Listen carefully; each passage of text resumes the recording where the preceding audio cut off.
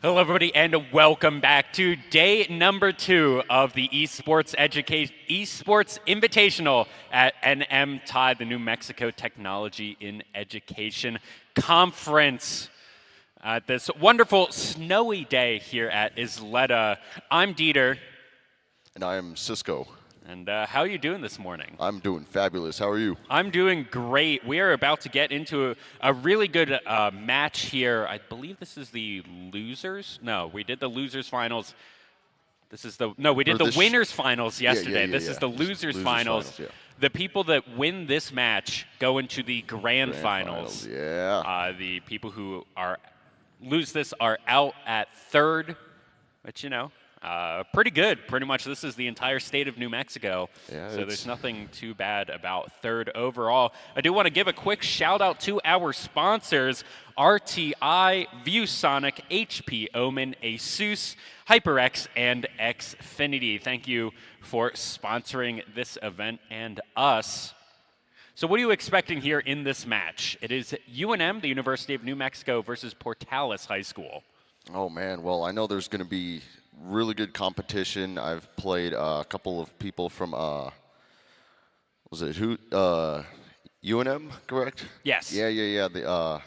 I played the Rosalino player, Fire, and he's really good. Yes.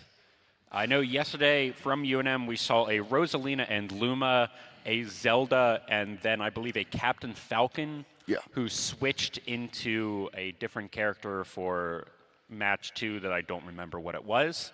And Portales, I think that was one of the Puff players that we were seeing all of yesterday. All the teams are kind of mushing together in my brain at the moment, but I'm excited for all of these matchups. We saw Portales. It is, I believe, the last high school standing in this tournament overall, because we do have Rocket League later, but that is currently all higher education institutes. Yeah. So I believe that Portales is just the last high school left alive in the tournament. Yeah, they're up there with the big dogs. All right, so we get to see the players here warming up. We will be going into this game very shortly. Let's see if that is a little bit of an indication. That is Banjo and Kazooie. This being Hubbard. I believe that was Portales that did play that yesterday. Little off meta, not something that you see all the time. Yeah, it's always a surprise getting lesser played characters and having to adapt to them during the match. And it looks like we may actually just be going right into the game here. Nice. Yeah, as we are going right into game number 1 of UNM versus Portales. All right, let's see. It is going to be Banjo-Kazooie versus Pokemon Trainer here. Of course, you have the first Pokemon out is Squirtle. Good light character to get a little bit of early damage, as they are. Ooh, the shield not able to block that grenade there. All right, going to Ivysaur. Ivysaur does have pretty decent kill threat, especially on kind of this middleweight class that Banjo is. All right, did use a feather. Ivysaur is doing a really good job of dodging out, and that is a really good side special, I believe is what that is. They have so many of those per stock. The Ivysaur needs to be able to react to that. Spot dodge, shield. I just don't know if you can spot dodge out of that, but... Yeah, some of those moves are pretty fast. It's just kind of... All right, good shield there. Also memory. High percentage on both. Good grenade. Oh, and that's nice a good up up smash. All right, now with the Charizard. Should be able to get a kill here. Yep, low percent. No, was DI'd. Oh, good recovery. Didn't think it was going to make it. See if we can get but any percent here, 4-4, why not, that they can get on Grime is going to be good for them. Anything's good. Missing the spike there. 10%. Pretty decent, actually, overall. Fairly even. Nice parry. good Those chase squirrel off of combos the... are just devastating. Oh, just barely getting that recovery. I didn't think it was going to be enough.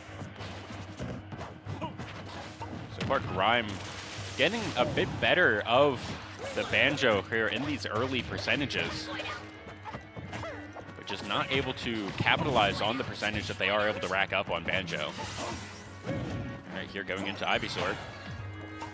Only 2 more feathers left. 1 more left. At a fairly low percent, so it's not like these are going to reset anytime soon. Okay, good berry. Immediately DI'd, mashed out.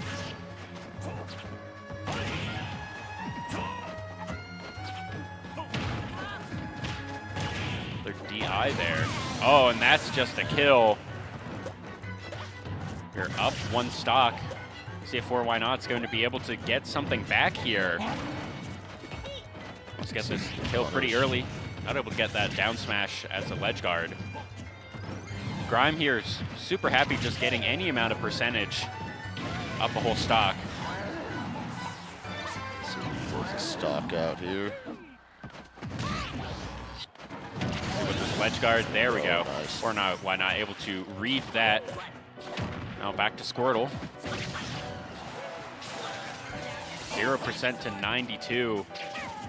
This is going to be a bit of a problem for Why Not as they are launched 120% to 0. Not impossible, but we need to see something. Grab into a down throw.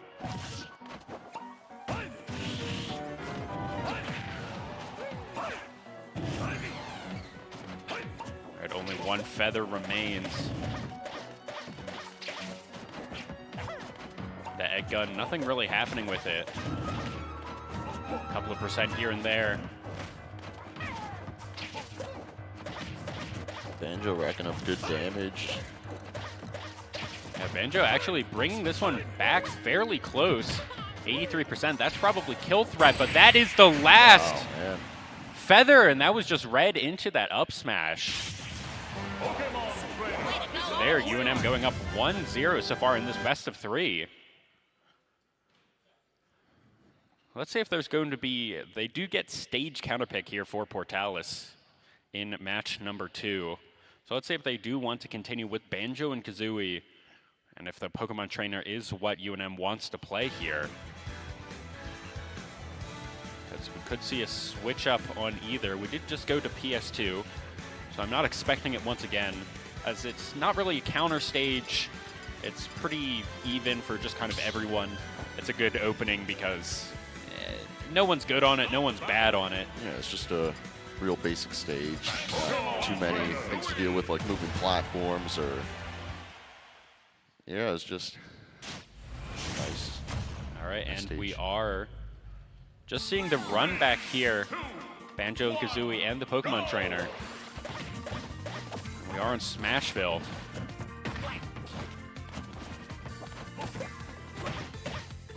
See if Banjo's going to be able to get any of these mix-ups. And to shield out their own grenade.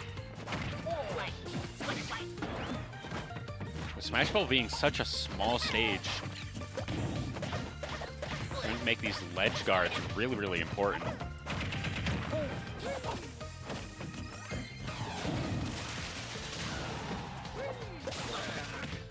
So far, seems actually pretty even, especially compared to what we saw in match number 1. Grime still getting the better for Why Not, and that was a kill. Super early. I didn't think that Ivysaur was going to kill there. 84, 85%. That was really good. Didn't actually grab the ledge. Was able to punish the guard. Squirrel just racking up the damage with little combos and just small hits here and there, and then using a feather there, getting a little bit of damage. But Grime there not able to grab the ledge. So let's see if they actually want to stay on Charizard here. Is the heaviest character Pokemon trainer does have access to. That's kind of kill confirm of the kit. And at 108%, that is what you want to see. That up special. see if we get some good damage on Charizard, him being larger than Squirtle. That is just going to be the kill there on that up special, trading back to the Squirtle. But now 2 stocks to 1 stock here. Using actually the swap to Ivysaur to get out of a little bit of damage. A good shield, out of shield option there. Using a feather there, getting a little bit of damage onto the Ivysaur. Nice forward air. Trade going into Charizard here. Maybe just wanting that early kill pressure, but at fairly low HP. Oh. 2 more feathers remaining here for the entire match. With 2 stocks having to go through. That's only 1 more feather. Has to get the kill here on Charizard right about now. That might be that feather having to be used. No, that's just going to be it. The stage spike as UNM go up 1-0 in this best of 5 so far. Grime there taking that. And from what we saw yesterday, Grime was kind of the weakest member of the UNM team, so I'm a little worried about Portalis now because they won. Yeah. So now we get to see the Zelda and probably the Rosalina and Luma, one of the two, but also this could be a different, in these team crew battles, what you do get to see is different strategies. Sometimes you have the anchor, sometimes you send, it's also weakest member here. Sometimes you just have a better matchup, so you send, Pokemon Trainer out against Banjo and Kazooie. I don't know that matchup. That might be good for Pokemon Trainer. I don't know. Yeah, it's always nobody knows that matchup. Always up to the competitors to have enough experience, because I think knowing your matchup is very beneficial for either a win or loss, pretty much. Yeah, and just knowing. And maybe that's what UNM wanted to do. Maybe they Grime particularly knew Banjo and Kazooie matchups, and no one else did. So send them in, against the Banjo and Kazooie, and then now Zelda and Rosalina and Luma get more normal matchups, probably. As we are going to these player cams here for our game number 2 of UNM versus Portalis High School. All right. Everyone's still waking up a little bit, as it is quite early, especially for some of these gamers here. Yeah, rise and shine, straight to gaming. UNM Esports here. There is, of course, a weekly Smash tournament on UNM campus that all of these players go to. A bunch of the other higher education institutions, their players go to them as well. But Lobo Smash, we just had our 100th, I think 2 weeks ago. Wow. So 100 weeks. I think we have taken breaks for summers and for breaks, so it's not 100 weeks in a row, but still we've done it 100 times, and it's a fairly high level competition. So if you want to learn Smash, if you want to try and get good at Smash, come to UNM, come to Lobo Smash. We'll train you up. Paige, more than happy to. It is the weirdest experience of getting absolutely demolished by someone, and then in like a training way. Yeah, it's tough sometimes when you go to play and you get destroyed, and it's just kind of like, oh man. But there's always that learning experience from those rough times to make you a better player. And actually, Paige is very, very good at, especially her, but she is very good at destroying you in a like, oh, you needed to do this here. You like. I hit that. You should have dodged that. That's like always in rough. But not in like a mean way, and like just in a like, here's how you get better. You need to dodge that.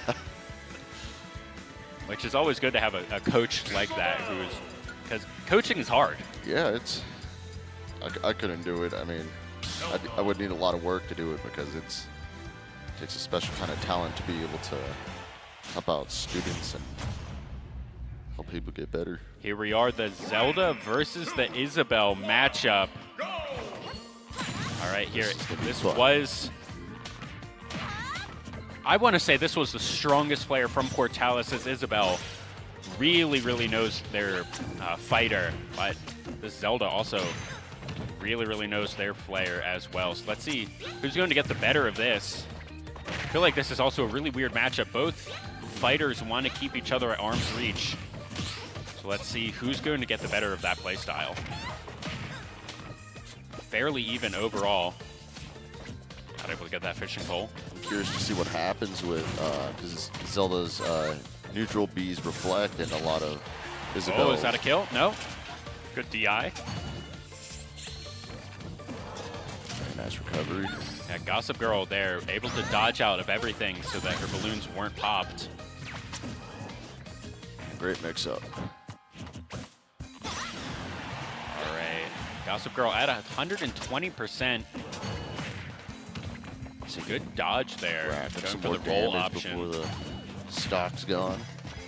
Oh, but that might be it. Throw off the stage. Zelda deciding, oh! Neutral B, I believe is what that is. Getting a good kill there. And now the Phantom here. Oh, man. Oh, that was an SD, unfortunate. I don't know if they just weren't able to get the up air or the up B in time. But now down 2 stocks. All right, good mix-up, jumping around. Comeback here.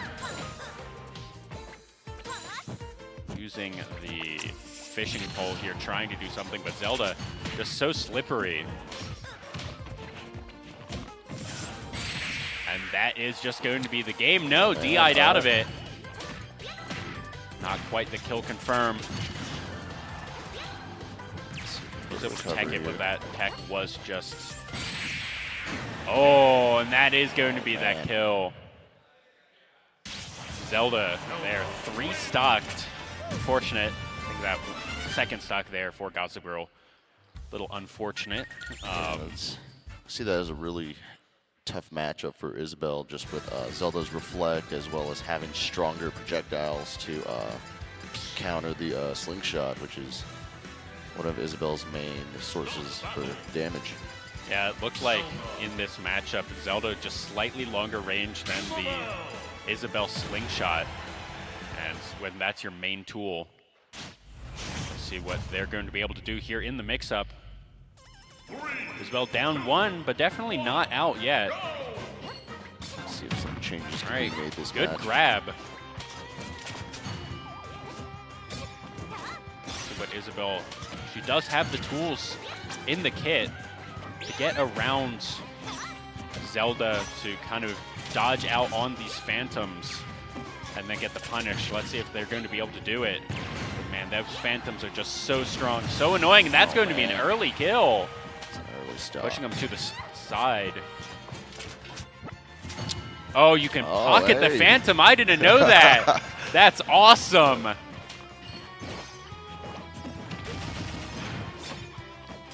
That's why matchups are important, just knowing what you can and can't do with other characters. But with matches like these, just with... Planting the rocket, trying to get some amount of edge guard here. Wasn't able to read it. Nice slingshot. That is just going to be the party popper into a kill there. 2 stocks to 2 stocks. Down a little bit. Definitely not out. See what Isabel can do. Not able to get that dodge in time. Ooh, Gossip Girl here. Just barely able to get that. Oh, and that's just going to be a kill.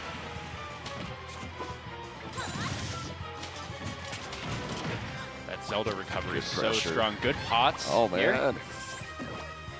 Trying to get those turn-ups, get that spike there. It's really good pressure.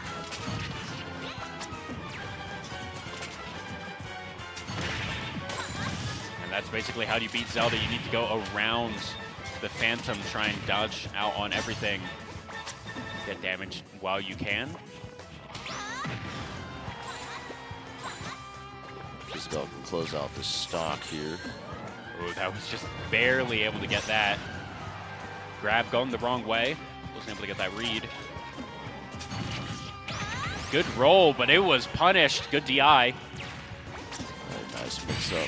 And that is just going to be the Phantom taking it. As UNM takes another one in 2-0. Going up 2-0 themselves here, UNM against Portales High School. Let's see what Portales here has for their third match. They want to keep their dreams alive. They want to not get knocked out right now. Yeah, I mean, it's rough right now having to go against the university students with a lot more experience, but I mean, I still think they have a shot at making it to grand finals. Yeah, I definitely think so. I think it'll be really cool if Portales is able to make it, you know, bring this back, reverse sweep it, bring it to the grand finals, go against New Mexico State University, who is waiting up there in that grand finals. Has not dropped a match yet. Very, very close against UNM that first time around. Possibly here, UNM looking for a rematch of that, because it went to Game 5, Match 3 of Game 5, one stock apiece. I don't think it could have been any closer there. So UNM wants to bring it back, want to have that grudge match, but Portales, let's see what they're going to be able to do here to stop UNM. Get them knocked out here. See what they can do. All right, as we are getting everyone's waving to the camera there, as we are getting everybody's, you know, controllers plugged in, locked in. I believe people did button checks here before the game. So let's see who they're going to be, or who they're going to pick. This should be the Rosalina and Luma on fire from UNM. I wouldn't expect anything different. And Lucas. It's going to be a fun matchup.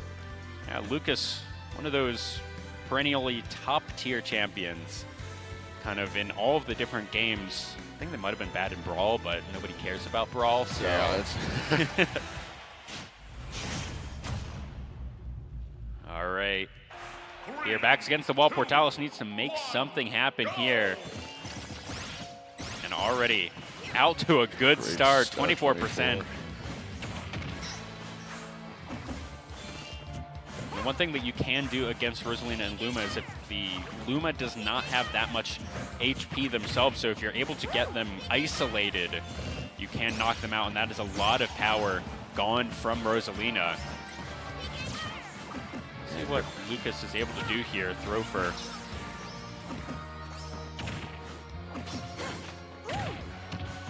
Alright, so here, good amount of damage, but that's in the air. Let's see if they're going for the more juggles. Good read! Oh, man. Another one. Can they get the fourth? No. Having to get to the edge. Able to get it. Not punished too much. PK Thunder doing a really good job there as edge guarding. This is what you want to do if you're Lucas, and they get it! Stock there for Portales. High percentage, especially on someone as light as Lucas. Let's see. Oh, no, it's just going to be 0-0, but all right. 2 stocks to 2 stocks.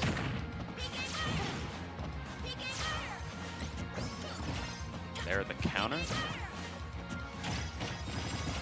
Okay, good, decent amount of damage there onto Lucas.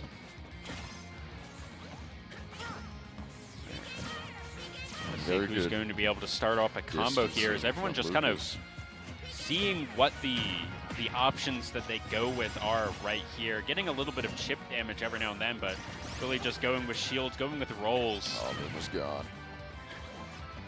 Leaves Rosalina more open to good up air. Okay, Fire going for another. Not able to connect.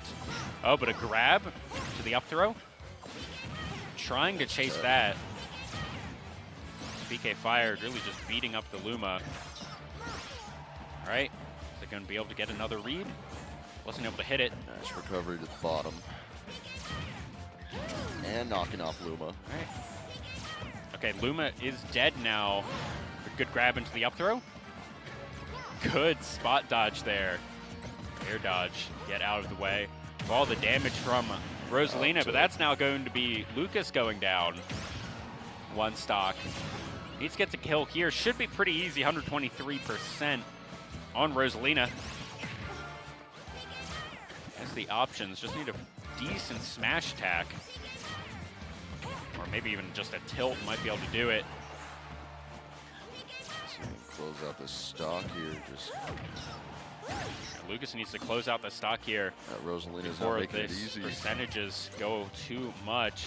But Rosalina Fire here on UNM really just wanting to get all this chip damage that they can. They're out the stock. They go down here. They're still sitting pretty happy. Good grab into an up throw, trying to use some aerials. But at these high percentages, you just get thrown so far. And that PK Fire is going to kill. Stock to a stock, but it's going to be a little high damage. 82% already. For Lucas, what are they going to be able to do? Good shield. I think that was a down tilt. Into the grab, into the up throw for another aerial combo. Exactly what Rosalina wants to do here. And that is just going to be the kill, not a DI there, as UNM take another one.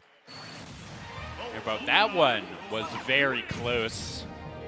I think if Lucas was able to get that kill a little bit earlier on that second stock, bring it a bit closer, we might have seen it go for the way of Portalis. So with this counters pick, I'm actually expecting Portalis to pick up this game too, bring to a game 3 at least. See where they want to go. I want to see some more match in Portalis here. See what the stage counter pick's going to be. Let's see. Portalis. I think going to Kylos, Pokemon League, or FD. Small skybox. Ooh, FD, all right. I am expecting it just going to be the run back. Lucas versus Rosalina and Luma. Yep. These are two characters that are high tier.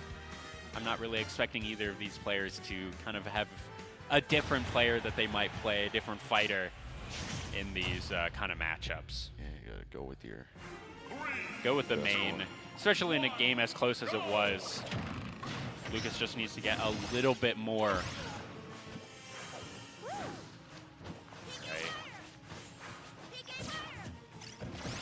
Trying to get a little bit of damage here.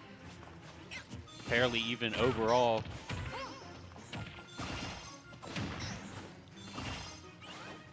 And this is the power of the Rosalina. Able to do long-range damage super safely with the power of the Luma. But a good grab into a back throw. Oh, man. Trying to distance Luma from Rosalina. But now another back throw, traded back. Good parry.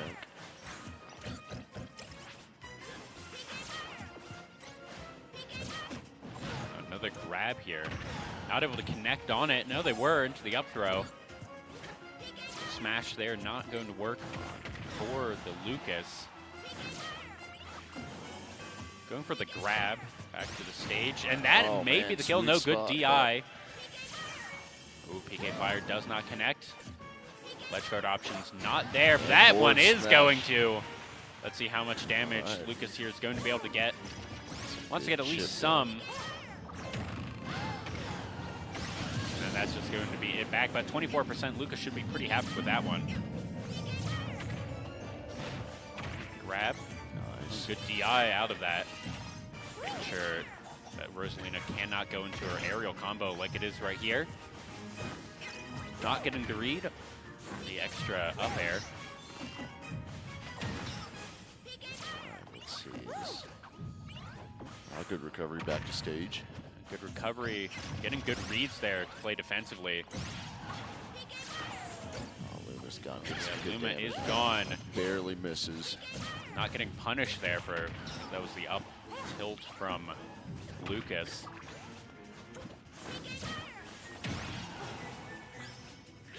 All right, barely even overall. PK Thunder, not able to connect right there, trying to do ledge guarding. Getting a decent amount of damage, but this is very even on the second stock. 92 to 106. Kill threat for either.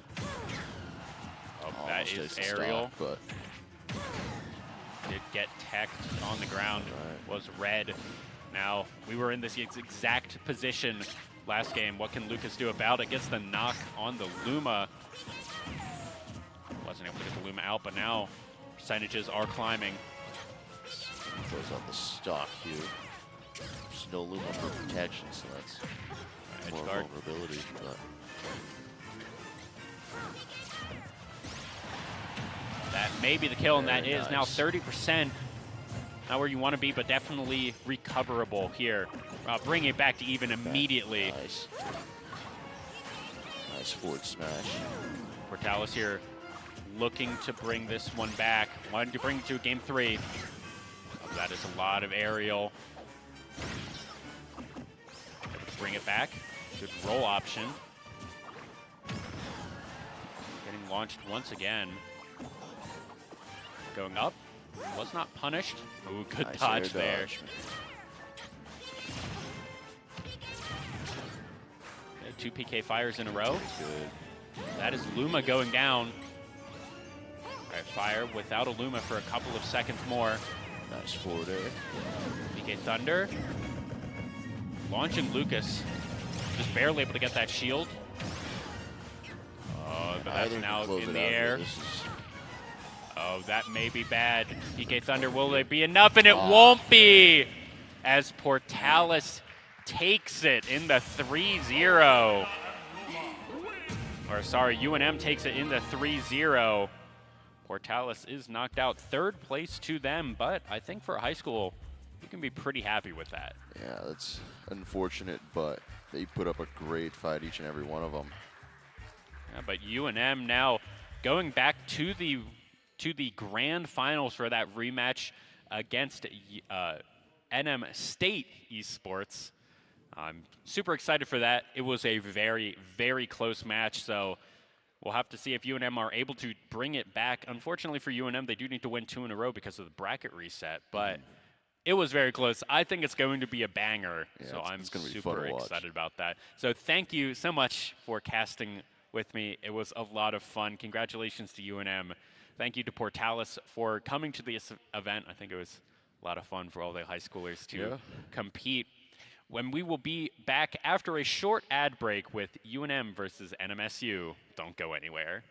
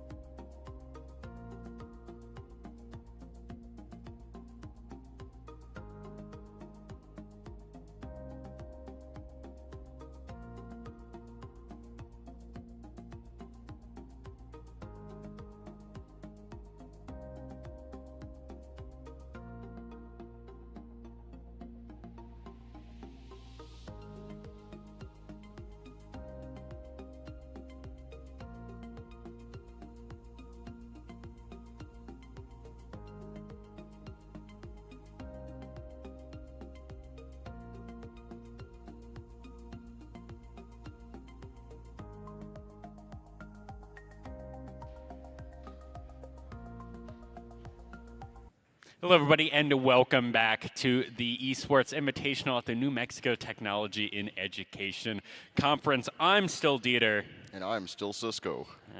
So we are going to be watching UNM versus NMSU here in the grand finals for this battle for first place. So we are not doing a bracket reset, because that takes too long, and we don't have that much time today. So instead, what we are doing is NMSU, NM State, is going up 1-0 just at the start of this. So they are going to be 1-0 at the beginning before anything is played, because they haven't dropped a match yet. Yeah. And usually how it works is for Smash, you get in the winner's final, if you have run the entire tournament, you just get to lose in the grand finals and come back.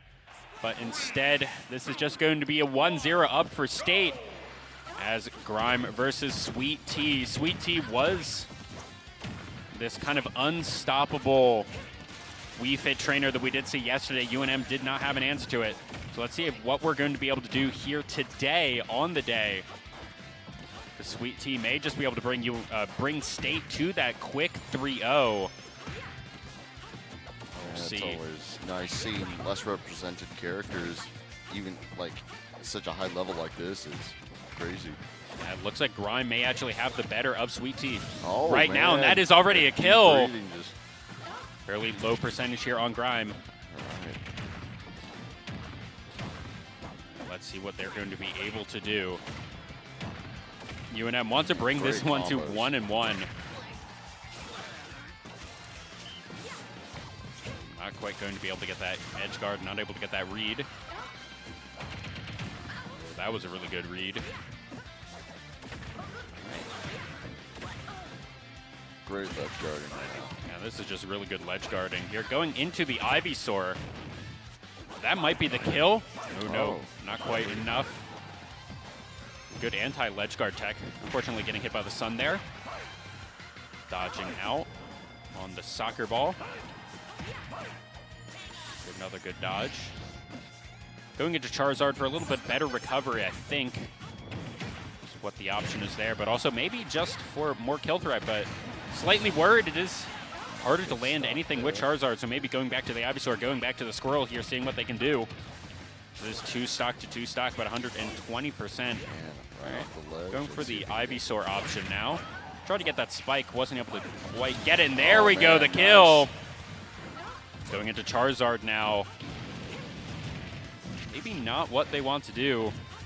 Slow versus the very, very quick of Wii Fit trainer. You can see there, just the combo. It's combo food right there. Surprised they have not traded yet. But there are 2 stocks up, or 1 stock up. 2 stocks to 1 stock. Right. Just waiting for that to go. Looking for a good counter. Was able to get it. Good punish.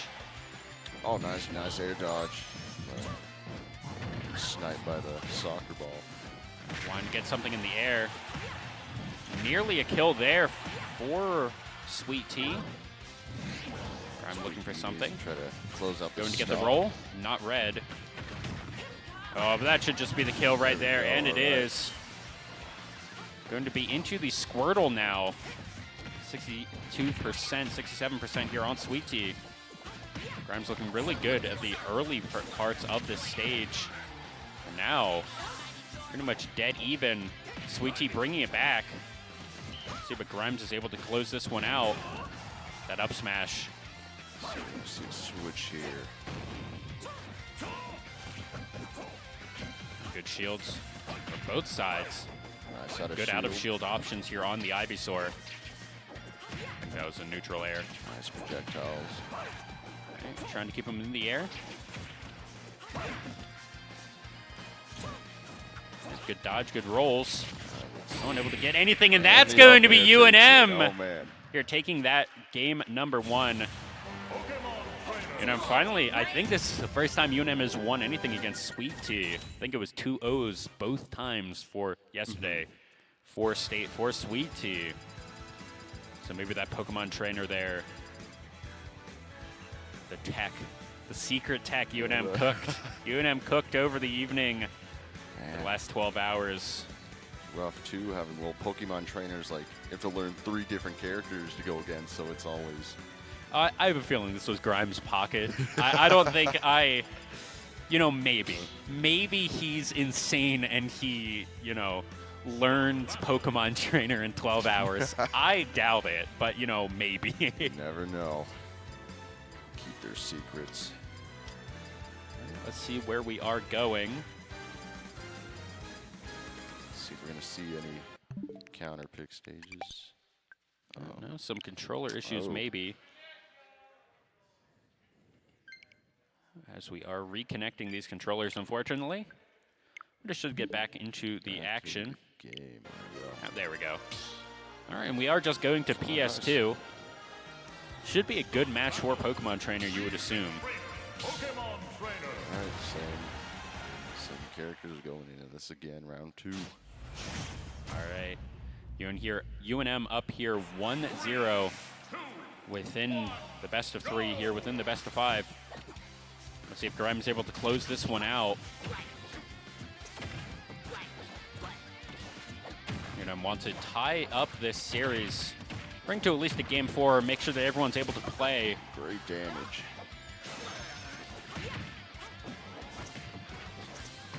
Grimes just being able to use that advantage of Squirtle being such a small and quick character to be able to rack up damage fast, already 71%. Yeah, and just doing really good job against this Wii Fit trainer. I think yesterday I want to say that they were playing Captain Falcon against this Wii Fit trainer. And Captain Falcon's decently quick, but was just not able to have any options against the Wii Fit. Went down 2-0. Particularly rough with the projectiles, but now with Pokemon Trainer having multiple different styles and things to make, we did have to work around it.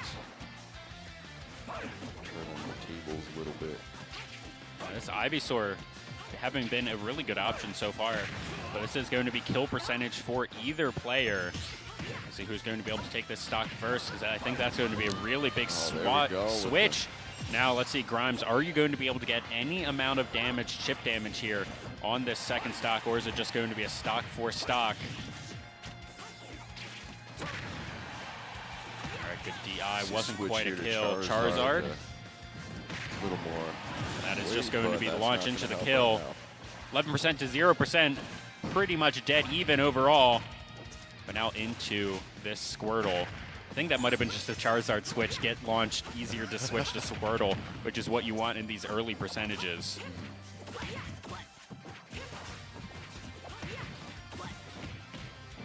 Good grab into the up throw.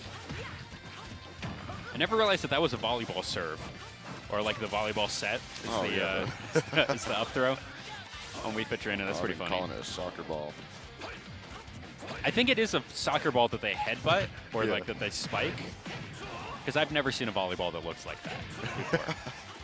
Right, praise the sun. Going for Charizard for these recovery options. They're just going to be launched. Good edge guard. Recovery there. Oh, but they get hit by that soccer ball. Charizard not able to make it back, and that's going to be a huge momentum shift over to Sweet Tea. See if Grimes can get things to even out here with 85%. That may be kill percentage for at least Ivysaur. I don't think it is for Squirtle, unless there's an insane combo that I'm not aware of. All right, let's see what Grimes is able to do. Oh, and that's just going to be an unfortunate SD there, not able to get that recovery. Now 1-1 here in this matchup. I still remember when they released Wii Fit Trainer. I was saying this to someone yesterday, like everyone was like, oh, we should put Goku in Smash. But like if you look at the rest of the roster, it really would not be that out of place. And You're not wrong. I want to believe that how they developed at least Ultimate is they hadn't, like, the people who were in charge like had an intern and they just went to a Nintendo store and they just started pointing at things. Playable character, playable character. As we are into game number 3 here. 1-1. This is for all the marbles. UNM does not want to go down 0-2 here to NMSU. Ooh, that was a good air juggle. Great start by Grimes here. Deciding to go off, but not able to get that. Good recovery options here, or decent recovery. Difficult to punish it is nice the kind of difficult and down thing. Smash, awesome.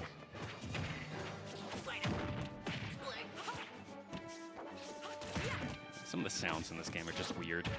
A little wacky. Good recovery. Switch here, nice. Good punish there. Get a 45% to 100%. Oh, good read, good read. That was an up smash, maybe just an up air, not entirely certain. Beefy up air. Here, there should be a kill percent for Ivysaur. Not going to be there. It's getting close.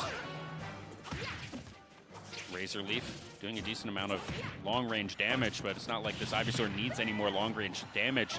They need to get a good hit, need to get a launch.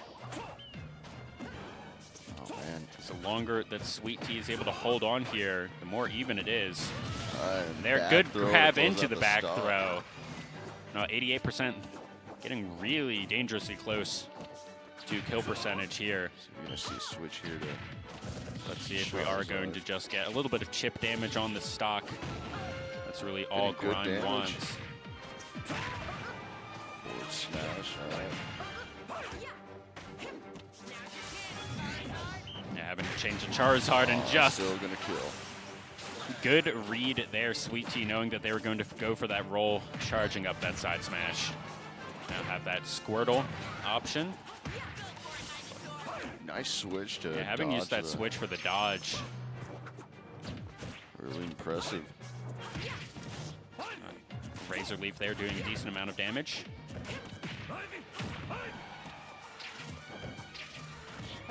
Get that quick breathing in, but that's, that's just going to result be in a losing kill. the stock. Sweet Tea here, 1-2. Grimes at fairly decent percentage. Grimes has just This been can be evened really up. putting on the pressure. Good shield there by Grimes, able to get these reads. And I think UNM, I think this is also going to be really big for them if they're able to get this win, if they're able to get this last stock, because they did go down 4-0 to Sweet Tea yesterday, and if they're able to knock them out early, that is going to be so big, so much momentum for UNM in this series going forward. That is Going to tough. Charizard, but now back to the Squirtle. Decent amount of damage, 84% on Sweet Tea. 32 Dangerously damage. close here to kill percent. Jab And that is lock going and to be it. forward smash. Not Awesome. DI'd. UNM take it. 2-1 here, evening up that score. UNM 1, NMSU 1. And we have, despite State being up that 1, we now have a series on our hands. We are going at least to Game even. 4, which is, I mean, it's still a little bit weird because Game 4 will be the third person playing. Oh, yeah, but you're right. still, It's still, you know, UNM isn't getting 3-0'd. woo. We can at least say that, which, I mean, that, I don't think anyone was predicting that after yesterday, after it went to Game 5. Yeah, those and, are you know, close Game matches. 3 in Game 5. So I think everyone was kind of expecting this, but what I really was not expecting is Sweet Tea was that anchor yesterday. Sweet Tea was running through the UNM team, and Grimes kind of the one that I think got 3-stocked both times, so or something very close to that. So really good for him to be able to bounce back from that. He even showed that maybe it was going against Portalis, you know, getting that confidence back. Yeah, just being able to warm up and get into the groove of things and just in that flow. Yeah, so we'll have to see here. It is probably going to be that Rosalina and Luma, or it could be the Zelda for UNM going up against, I don't even remember who plays what on State, but we will be seeing that Zelda, we will be seeing that Rosalina and Luma here in the next 2 games for the University of New Mexico. And that's what I love. I don't think either of them have particularly bad matchups against, I don't remember what State played, but I don't think it was anything weird. Yeah, it wasn't anything too out of pocket. We're going to see normal matchups, I guess is what you would say. All right, as we are into number 2. All right. Winning with the Min. And it is going to be Min here versus Zelda. Min here might actually have a good, these long-range attacks, probably pretty good against Zelda. Being able to outrange consistently and then, do good damage getting to the inside. Yeah, Zelda just not able to get these reads. But pretty much what you do here on this first stock is just see what options the opposing player goes for in all of their plays and all of their rolls and all of their dodges. What do they want to go for? What are their proclivities? Be able to find ways to counter your opponent, whether that be reads or edge guards or anything, just trying to get the upper hand. Oh, Zelda not quite able to get that. A good dodge out from that shadow. Ooh, and that was a really good read there by Bub. Nice stall in there. And Bub just getting these good reads, seeing where Jay is going. But one stock down. Jay here should be in kill range. And depending on how charged up they're able to get. Good shield. That may be killed. That's a good launch. Not quite able to get it. Phantom 3 there, and that's just going to be it. 2 to 2, 0% to 0%. Evened it up pretty good here for UNM. Nice spot dodge. And that really is, sometimes those early percentages on that first stock are on game number 1 are completely irrelevant, as it is just getting these reads, seeing what they're doing. You're just trying to get off your combos as the other person is just downloading what you're doing. So now you need to change up your play style. And, that works. And now maybe Min able to get those downloads themselves. Jay trying to bring this one to just 2 stocks. Oh, and you reflect. Good reflect there. Now 1 stock to 1 stock. Really back and forth game so far. It's been really close.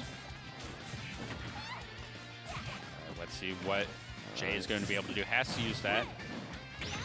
Going to get a really good punish there on that smash missing. Good grab throw. Back throw. All right, let's see what it's going to be. Not going to be a good punish. Waiting out that shadow. Shield for shield. But Min having slightly better out of shield options, I think, right there.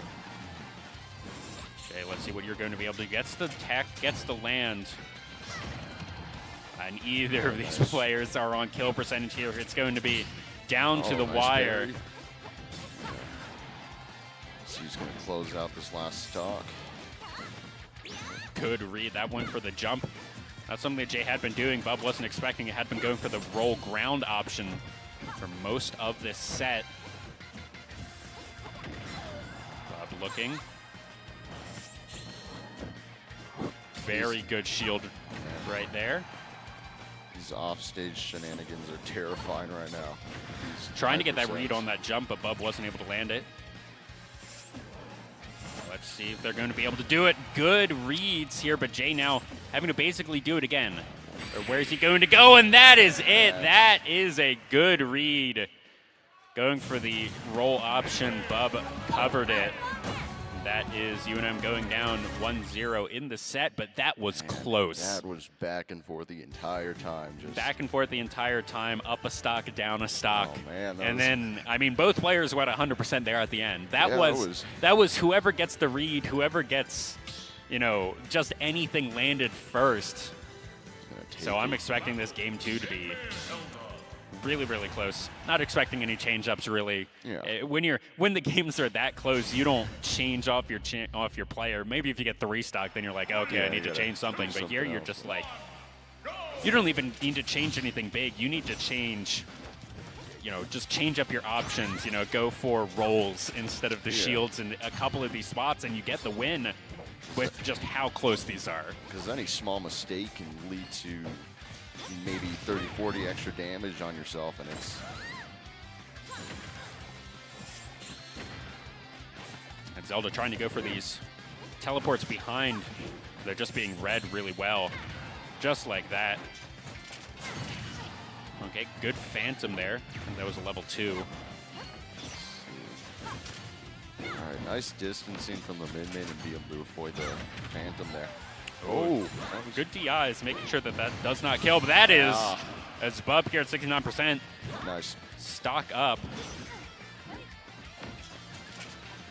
All right, let's see if they're going to go for that level. I think it's the level 6 that kind of gets the edge guard. It might be the level 4. I don't remember all the levels. There's 6 different levels to Zelda's Phantom, and they all do very slightly different things depending on how long you hold it for the charge. There's one that goes above. I believe that's 3. I think the under is 4 and 5. And then 1 is the fastest. 6, of course, hits the hardest. Yeah. So many complications, but, but just there like it that, is. being able to... Jay trying to even this one up. Still down a little bit of percentage here, 76. Definitely not where you want to be, but recoverable. That was a really good shield and out of shield options there from Zelda. Nice from the mid-mid. See if Bub can take this stock, but nice. Jay always does that, and I have no idea why. It's just to stall out and just to be able to avoid attacks that are being thrown out then and there, just to a little more time for reactions. Good shield into that down smash. Wasn't able to kill, but it was close Bub now. One having to get the recovery, not able to get that read. Going for the roll behind. Side smash. What Bub is going to be able to do here. Up almost 2 full stocks. Jay trying to get something done. But here, this is where Zelda wants to be on these edge guard situations. That's kind of what you do on Zelda. You just get those reads, you get these launches. But unfortunately for Jay, Bub has just been doing a little bit better of a job of that. Just racking up the chip right now.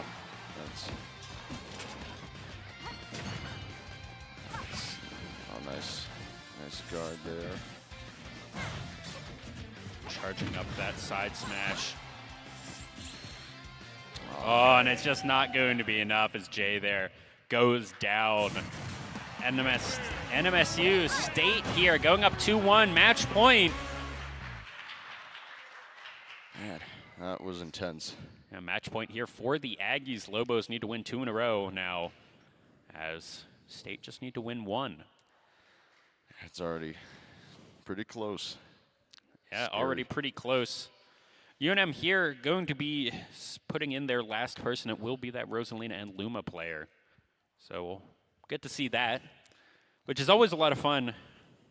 It is a different playstyle. I was watching a lot of, I was told that Rosalina and Luma would be playing in this tournament, so I was watching some like combo videos. Oh, yeah, yeah. And it is a different playstyle than what I was expecting from the Rosalina and Luma, because usually Rosalina and Luma, it plays almost similar to Zelda, where you want to keep them at arm's reach and you're one to have them between the Rosalina and Luma and kind of pincer them in some ways, but also I think it's if you grab them into up throw or side throw, that is exactly where Luma is if you throw them out, and I have not seen the Rosalina do that yet this tournament, so we'll have to see. I just want to see some of these combos. Yeah. We haven't seen too many of them. We have seen Fire be really, really good at these aerials, but it's going to actually be Joker versus Byleth here. Joker, one of the strongest characters in the game. I don't think it's S tier, but I do believe that they are A+ at least tier. And this is a rematch from yesterday, but switch up on Joker. This is going to be fun. Boston versus Fire. Fire here want to get something done. 30 seconds or that entire bar is where you get your power up for Fire. I believe it is 75% as well.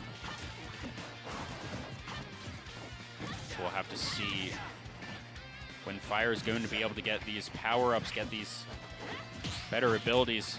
Are all of pretty much his launch potentials.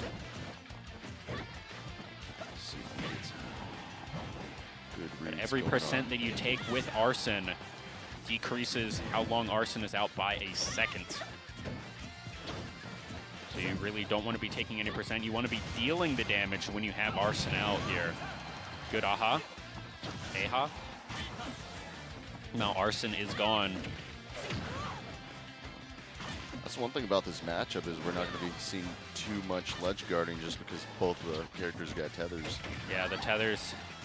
One of the most annoying things about Byleth is that your edge guarding is kind of useless. Yeah. I mean, you can still edge guard and you're waiting for the recovery off the edge guard, but you're not exactly going to go off the stage and try and punish them because, you know, you're off the stage. They just get snapped back to it and you're like, well, I don't know why I'm here. Because I remember we were seeing that with, I think it was Boston. Oh, that's a good shield break. That should just be a kill there. Nice. I think that was Boston versus the Jigglypuff. Jigglypuff kept going off the stage, and Boston would just, you know, snap to it, and it's like, and the Jigglypuff just kept being like, wait, why am I here? Yeah, you can't really punish it. You're fairly close to Arson for Fire. Arson, not Arson. All right, there it is. Close this stock out. See if you can close this stock out. 156. Just need a good hit. Good hit there from Boston. All right, rain of bullets down. Boston just so good on this fighter. So many options. Oh, and that is actually just going to be the 2-stock, 171, and Fire just can't do anything about it. 184 still kicking. That may be it. No, that is such a long tether. That recovery is so good. Fire finally getting that last stock down an entire stock. Let's see get a comeback what they're going to be able to do here. Game 1 in a series, of course. If you go down, not the end of the world. As long as you learn something, as long as you learn what their proclivities are, you learn where they dodge, where they shield, so you can grab, so you can know where they want to be, where they counter. It's all brain games. It's all brain games at this level of Smash. Everyone knows how to hit their combos. Everyone knows how to, you know, hit the up air into the up air into the up air. It's Fire here. Back air, That recovery is so annoying to deal with. Oh, but a good grab into a throw. Oh, but now back throw here for Fire. Trying to get gun damage. Boston is able to make it. Read on the get up. Not able to get that down air. Another throw. Going for the down throw for the spike. Not enough to kill here. Fairly far away from Arson. Oh, and that is going to be it. All right, so it is the final stock for both players, but Fire is at 100%. Boston here. Just looking for, are they going to chase? Looking for that aerial. Good parry. Shield for both players. Hold off a little longer. Fire here. Such a high percentage, but there is Arson. Good damage. If there's anywhere that he's going to turn it around, it is going to be right here with the Arson, but no, Boston just take it. Side smash, I think is what that was for the launch. Byleth. Recovery options just so good on this fighter. Yeah, it's just, there's nowhere to edge guard. They tether and then they get instant ledge trump pretty much. All right, so let's see where UNM wants to go, where Fire decides for this counter pick. State here looking happy. They just won that match on match point. Looking to just close this one out. All right, small battlefield. All right, so it is going to be the Byleth. Are we going to go Joker? Or are we going to swap it up? switch it up. Fire here, not sure what they want to do, but it is the Byleth for Boston. Didn't ever expect that one to change. Yeah, me neither. And it's going to be Roy, Roy, right. our boy Roy, Yeah. here for UNM. Backs against the roll, and they bring out Roy. All right. I wasn't expecting this. Me neither. Let's see if they're going to be able to do anything with it. That Racking up up air. some good damage so far.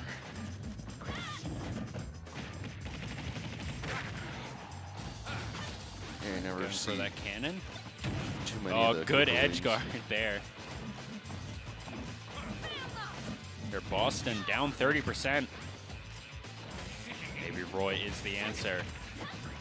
The other thing that I want to say is probably, unfortunately, getting hit by their own bomb right there.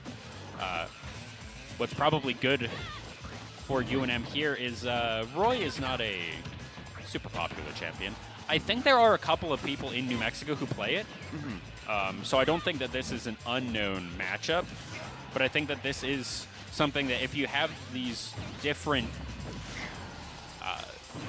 fighters that are in your pocket, you can bring them out. You can try and get some mind games, but now down a stock. Let's see if Roy can finish this one off. Wanted to bring it to 0-0. You know, 2 stocks, so they're not too far behind. And there it is. Supercard's gonna kill, all right. 2 stocks each. Good shield pressure there. Going for the fork.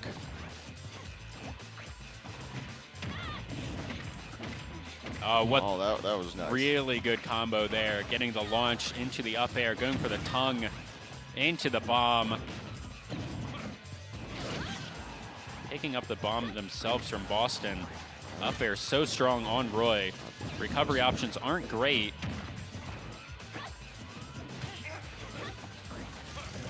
Roy with that down air, getting a decent amount of damage, and now up 70% themselves. Oh, and interrupting the rapid jab there. Yeah, the rapid jab interrupted with the bomb. Unfortunate. The bomb there kind of hit fire themselves. Good grab. And that's side B That's kind of cool. for a short hop into the dodge, into the shield.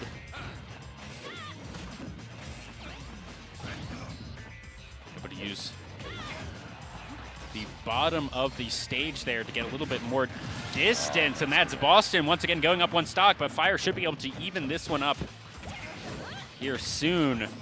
They don't want to give up any percentage. Nice. That should be a recovery from Byleth. No, and that's going to be 1 stock to Awesome. 1 stock, 20%, but that's not the end of the world. UNM here, backs against the wall, want to bring this one to a game 3. Good grab. Byleth in the flow right now. Side B into a little hop. Get back to the stage, but Fire just taking so much damage. Boston taking none. We need to see a good combo here.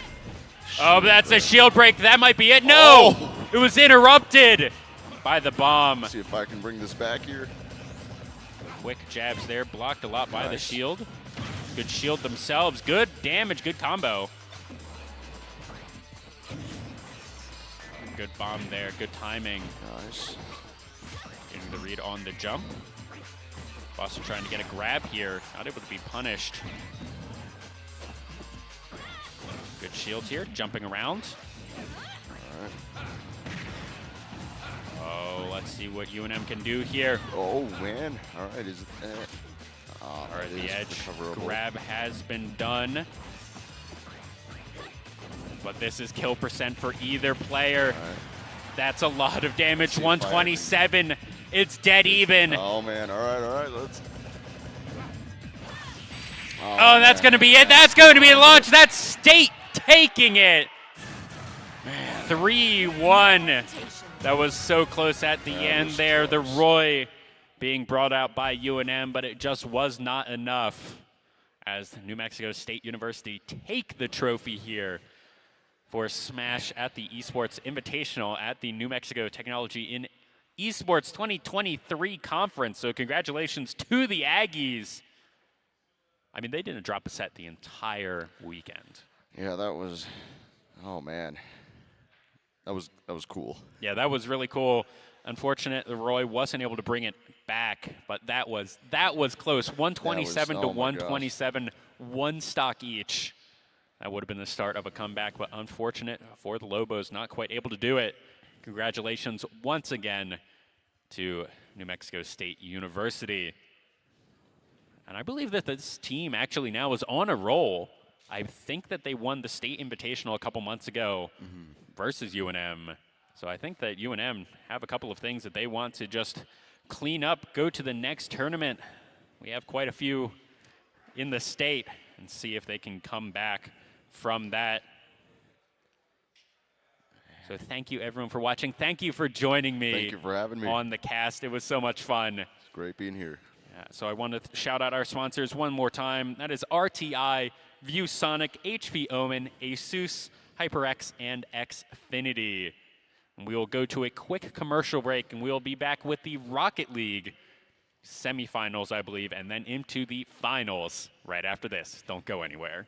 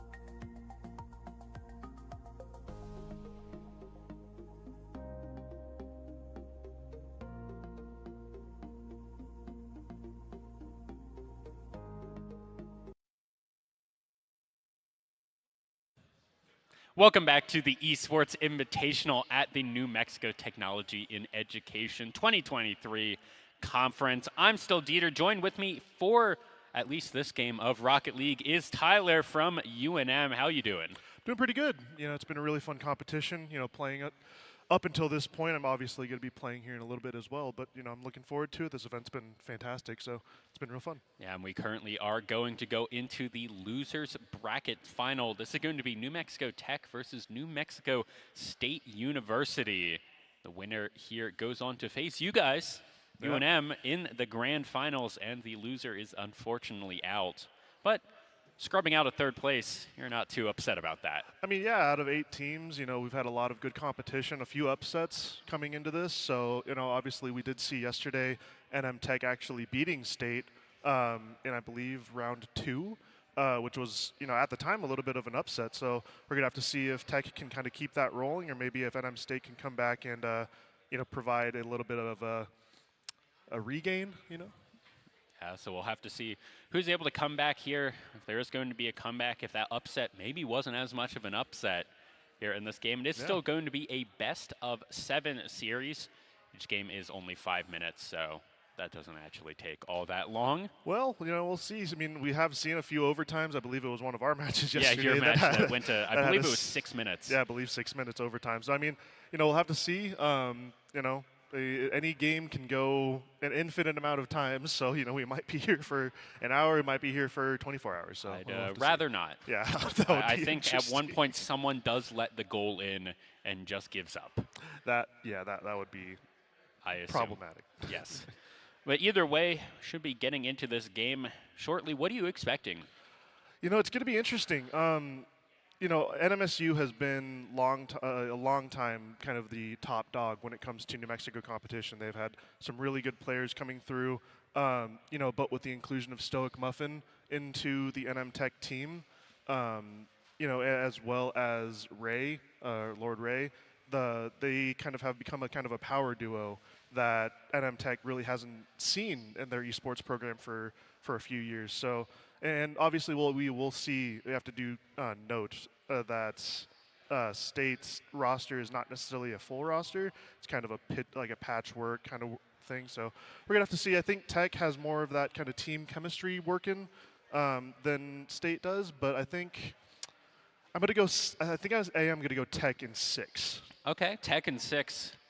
I do know that Stoic Muffin, of course, the very first New Mexico high school student to get on scholarship for esports. He did indeed, yeah. So that's really exciting. I also remember way back in the day, in the very early days of New Mexico esports, 2018, 2019. Oh boy. Somewhere in there, Tech was running it. Just for kind of the whole thing. For a few esports, I believe League was one of the big ones. Yeah, I think it was League, it was Rocket League.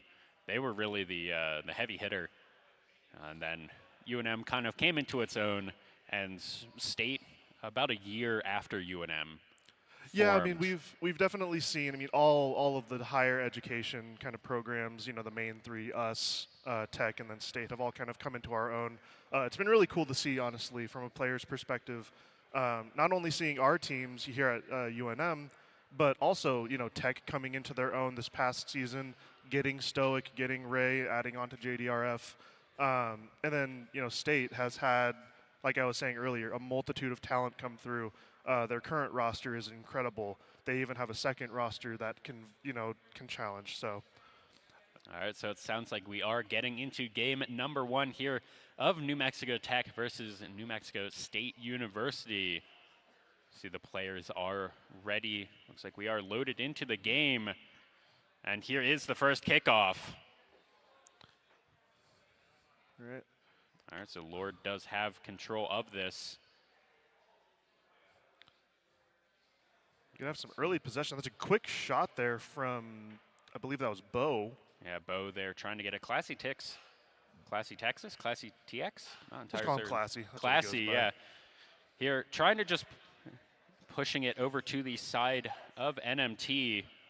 Ooh, Classy. What are they going to be able to do with Lord with that? Nobu still trying to set it up for his team over here on the side of New Mexico Tech. Tech really wants to just clear this out, bring it to the side of NMSU. That's a really good double there, or actually a dunk there by Ray, but it looks like Classy's actually going to take it up the field. Yeah, this so far just been really back and forth.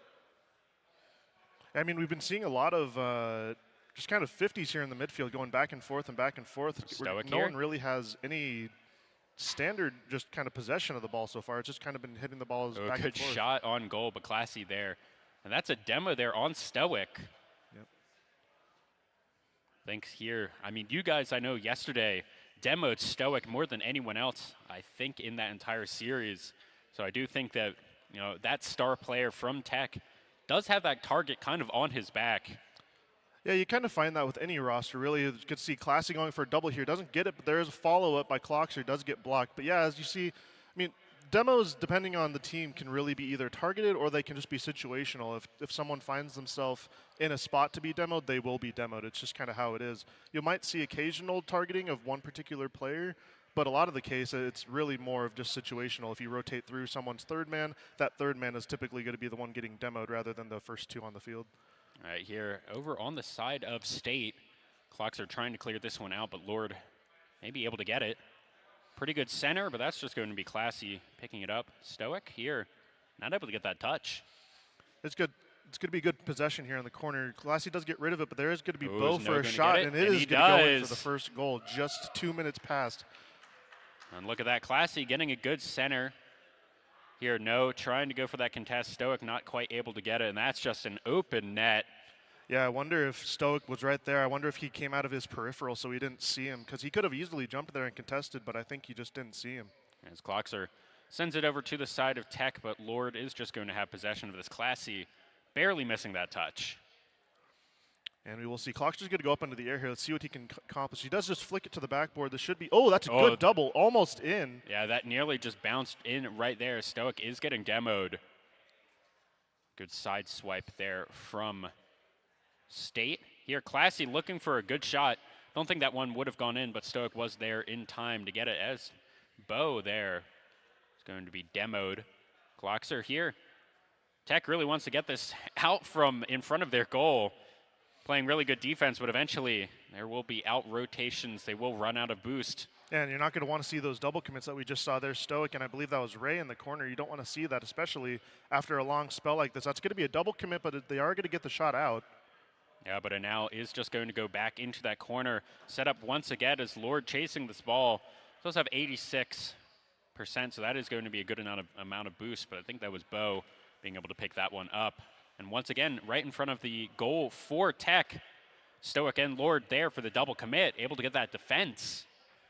Yeah, and we do see, I mean, this is going to be a transition. It looks like Bo's actually taking possession into his own half here, just trying to keep possession from Tech. But we haven't really seen a lot of good controlled possession from Tech in the State kind of corner. You know, we keep on seeing them get possession, but the possession really isn't useful for anything. They're not getting any shots, no infield passes. They're getting this type of boom clear like this. You know, it's good to kind of relieve pressure, but they're not getting any shots off the top of it. Yeah, they're getting the clear, but, I mean, the clear is just going over into the side of State's control, who just clear it right back and then continue with this pressure. They have been having really good defense overall, but with 1 minute left in Oh, that's going to be a good shot. Oh, my good shot, goodness. just barely to the right. See, Lord still trying to keep this pressure up. Good center is going to be off the backboard, going very slow. That's going to be Bo trying to get something. Three-member overcommit maybe there. What can Tech do with it? There's going to be a lot of pressure here from Tech. This is going to be the last 45 seconds here. Stoic doesn't Still have a any one-goal boost. game. Lord stealing that. Good Copismo defense. on the ball here. Do have to take note, Copismo is the Tech sub, so I believe they are going to be looking to substitute mid-series, so we're going to have to keep an eye on that. Yeah, 30 seconds to remain. Tech here wanting to get a score, bring it to overtime here. But also, if you go down, that was nearly a goal right there. Classy looking to keep this ball in play. 17 seconds. They know if they get another score here on the side of State, they'll be sitting happy.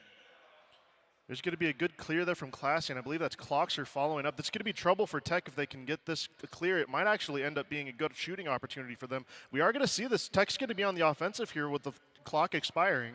The clock expiring, but that may be just gonna the be ball centered. hitting the goal. Ooh. And that is going to be State going up 1-0 here. Game number one, super low scores, 1-0. We'll have to see if the extra aggression is going to come out in these next few games, because I mean, we have seen these matches go, 1-0, 1-0, 4-4, something like that in game number 3. Sometimes you do see trends like that. I think there might be a little bit of nerves on stage right now. We'll have to see, because I mean, both of these teams are very capable of scoring these, in these high-scoring games. I really wasn't seeing a lot of that midfield kind of possession game that we want to see about, for these teams. Obviously, this is for a spot in the grand finals. We want to see these teams showing competency in the offense. We want to see them showing some possession skills in the midfield. We did see some really good defense, so that's a good step in the right direction. Good to see from Tech. They, of course, kept it to a one-score game, which is what we do want to see. If you are going to go down in a game, you don't want it to be 4-0, 7-0, anything like that. If you're able to keep it close, that is at least good for the mental going into game number 2. So I want to see a little bit more aggression, a little bit more control, because as we were saying, in that game, Tech was playing defensive, getting those double commits, and then getting the clears, but the clears weren't doing anything. They were just clears to relieve pressure. They weren't clears to score or anything like that. Yeah, and I think we are going to be getting into game number 2 here, actually. It sounds like we are in game number 2 already. So we should swap to that momentarily here, as we are on the side of State with the control, and that's exactly what we want to see. Yeah, we're going to want to see here I mean, Tech in particular, obviously, they didn't get a goal in the first game. We're going to want to see if they can respond and get a quick goal here to kind of set the tempo. We don't want to see them kind of fall into that, issue where they just feel like they can't score. We want to see that icebreaker for them early. Yeah, we do want to see them get something, kind of maybe once they get that one goal, they realize, okay, State's defense isn't that good, their offense isn't that good, we can break through it and then see if that unlocks something. But that's Cloxer getting a score from State. I think that was Stoic. Machfen just not being there in time. Maybe an over-rotate, as Lord just wasn't able to get there. Good shot to just get it around Lord right there. Yeah, we did see Lord just kind of over-rotate into the center of the goal there, and then Stoic was just not back in time to kind of get to that back post where Ray kind of vacated. Now, it's going to be interesting here. Obviously, we only saw the one goal in game number 1. Can Tech respond and get onto the score sheet? And it was a very similar goal as well, relatively early into the game. And game number 1 was that one goal, and then Tech was just never able to respond, and State wasn't able to put a second one on the board either. Yeah, it is going to be interesting. Obviously, that goal came a lot earlier in the game than the first goal from last year. 2 different demos. Does look like Copismo does get back there to get back on defense and get the clear. But we want to see more of this kind of midfield possession. Neither team is really kind of giving us what we're looking for here. No, this is just a lot of corners just overall, usually on the side of Tech, but even when it is cleared over to the side of State, it is just continuing to be in the corner. Ooh. That's a really good goal. That should be it as Copismo scores. That's just a good shot. I mean, this doesn't come from really any midfield possession per se, but Copismo does a really good job by closing down the midfield and just kind of putting a shot on target. Because that's really all it takes sometimes, is just making sure that the ball is in the goal. Because sometimes, a mistake might happen, or someone on the back end might not have any boost to get back, and that's just Copismo does a really good job there to kind of create that pressure and get the shot. Oh, but this might be just one back. No. Mobo able to get that one. But yeah, that is sometimes in these games, you have these midfield rotations or these over-aggressions, and if you're able to get that shot on the goal from all the way from your own goal, if you're keeping up that might be a shot. That's classy. Putting up a second for State. This is kind of more of that midfield possession we've been talking about. Modo's get a really, really good 50 there, and it just sets itself up perfectly for Classy just to get a one-touch shot to the top corner. And yeah, Stoic there just not able to get anything really on that 50. Yeah, those are just really awkward sometimes when you kind of find yourself posted up on the near post and the shot's just right above you. You feel like you have it 100% of the time, but then all of a sudden the ball just kind of finds itself kind of rainbowing over you at just kind of the most awkward angle. Yeah, Stoic here trying to set something up for his team. It's just going to be this midfield possession, kind of back and forth. Classy there, out of boost. That's what they want to do. Cloxer with a decent aerial. I think Cope is going to be able to take that one. Stoic there, clearing it out, getting it away from the dangerous center part of the field. But now, no. Double flip reset from Bo. Are they going to be able to get it? But no, I think Stoic should be able to pick this one up, but it is in a dangerous spot. It's a good fake from Cloxer to kind of buy some space there. He doesn't have a lot of boost to take advantage of here, though. See if Stoic is going to be able to get anything here. Classy here, almost full boost. Going for that 50-50. Has full control. Cope isn't going to be able to get it. No, he is. A really good save, but Classy wants to see if they can set up something else, and Stoic wants to clear it. Another shot from Mobo November. Oh, this might be a breakaway here. So you see a break and put it in. He puts it on target, but it doesn't fall in. As Clocks are able to pick that one up. A little bit too high, but now let's see if Lord can get it. Missing that aerial. It is another shot on the net as Clockser does take it. Low on boost, they're not going to be able to do much as Cope is going to just clear it towards the center. He's going to get more boost. Stoic here. This is a very dangerous spot for both teams. Slow ball in the middle of the field. You know, we were talking about all this kind of midfield pressure. It looks like NMSU has really stepped up their game and kind of keeping those touches in the midfield. Because, you know, what you really want to see is multiple touches by your team, whatever team you're rooting for, at least. You know, just kind of maintain that pressure. You don't want them to just be giving the ball away. This is going to be real awkward for NMSU, though. Boxer here trying to get it. Stoic should be able to get that clear out, winning the 50 to themselves. And that might just go right in. Classy missing that touch. This might be a breakaway opportunity here for Tech, though. Cope here wanting to get that. Clocks are a little weird of a position, but now open. Cope there. That's going to be a score, getting it past two different defenders. See, this was just consistent pressure. That's a great 50 by Ray, and then the follow-up, he lands perfectly just to be able to get that ball. Look at that angle, though. Yeah, and then Copismo's just there. The Dominus hitbox, it's always a stereotype. If you get a good, clean hit with that front of the Dominus, that ball is going to be going 70 miles per hour wherever it's pointing. Yeah, now we are 2-2. Clocks are getting a shot on goal, but the Lord was there. 40 seconds remain in this game. See who's going to be able to score. Are we going to go to overtime? I have a feeling that whoever brings this to 3 is going to be the one who is going to win it. 30 seconds to remain. Clockser here. Good aerials. Has a lot of boost to his name. Ball got a little bit away from him, but Stoic there. Good clear to their Oh, this is going to be open. Oh, that's an open net. Stoic gets it. It rolls in as Tech brings it to 3. 15 seconds remaining. This is honestly, I was a little bit scared for Tech there because I didn't see anybody rotating in behind Stoic, but Stoic does it all himself. Gets the clear out to the corner and reads the wall bounce just to launch it downfield. And that's going to give Tech the lead with only 15 seconds remaining. Yeah, let's see if this is going to be a good kickoff. Lord does have it, but Clockser is going to clear it back. 10 seconds remain. Tech wants this on the ground. They want to be able to take this game, even up this series 1-1, and it looks like they should be able to. It's going to be up. Gray should put this down, and he does so. Well done by Tech there to actually get game number 2.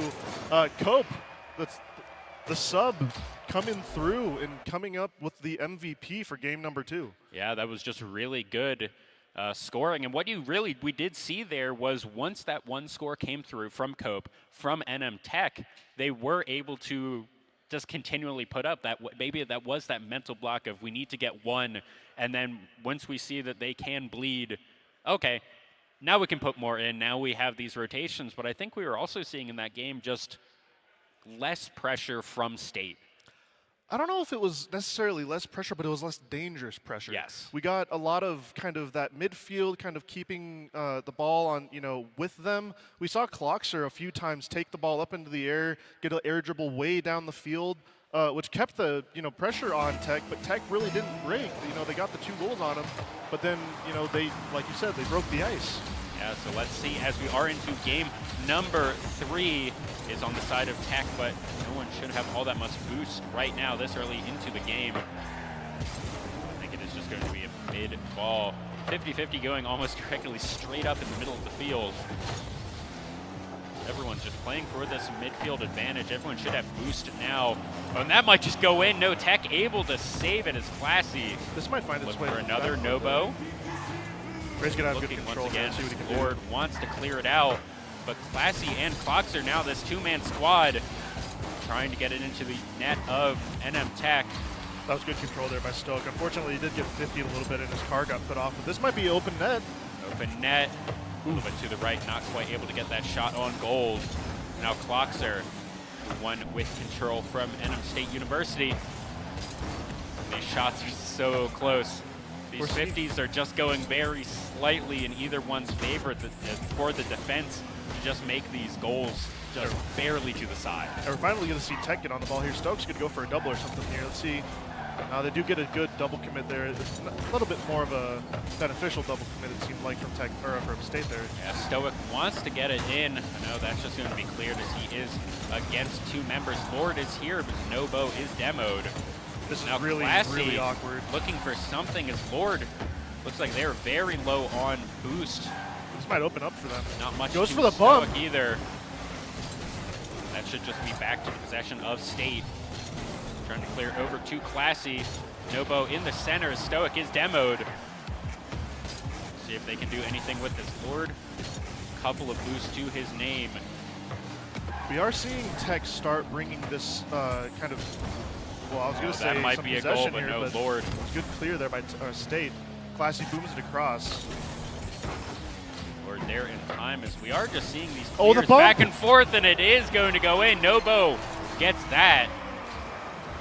Yeah, that's just going to be a really good bump there, rotating through. Clockster, you see him go for that first shot, but then he rotates through and gets the bump on Stoic. No one else from Tech rotating through the net, and that's just going to be the first goal for this game. Just Yeah, 2 that minutes was, gone. it looked like Clockstar was just covering Stoic right there, so Stoic couldn't do anything. Now, State up 1-0, 3 minutes remaining. Cope not getting any touch on that. It is just going to be cleared over to the corner of Tech. Yeah, we're going to have to see, obviously, we did see the past 2 games, State getting the first goal for both Game 1 and Game 2. But Tech obviously did come back and get, they scored 3 in Game 2.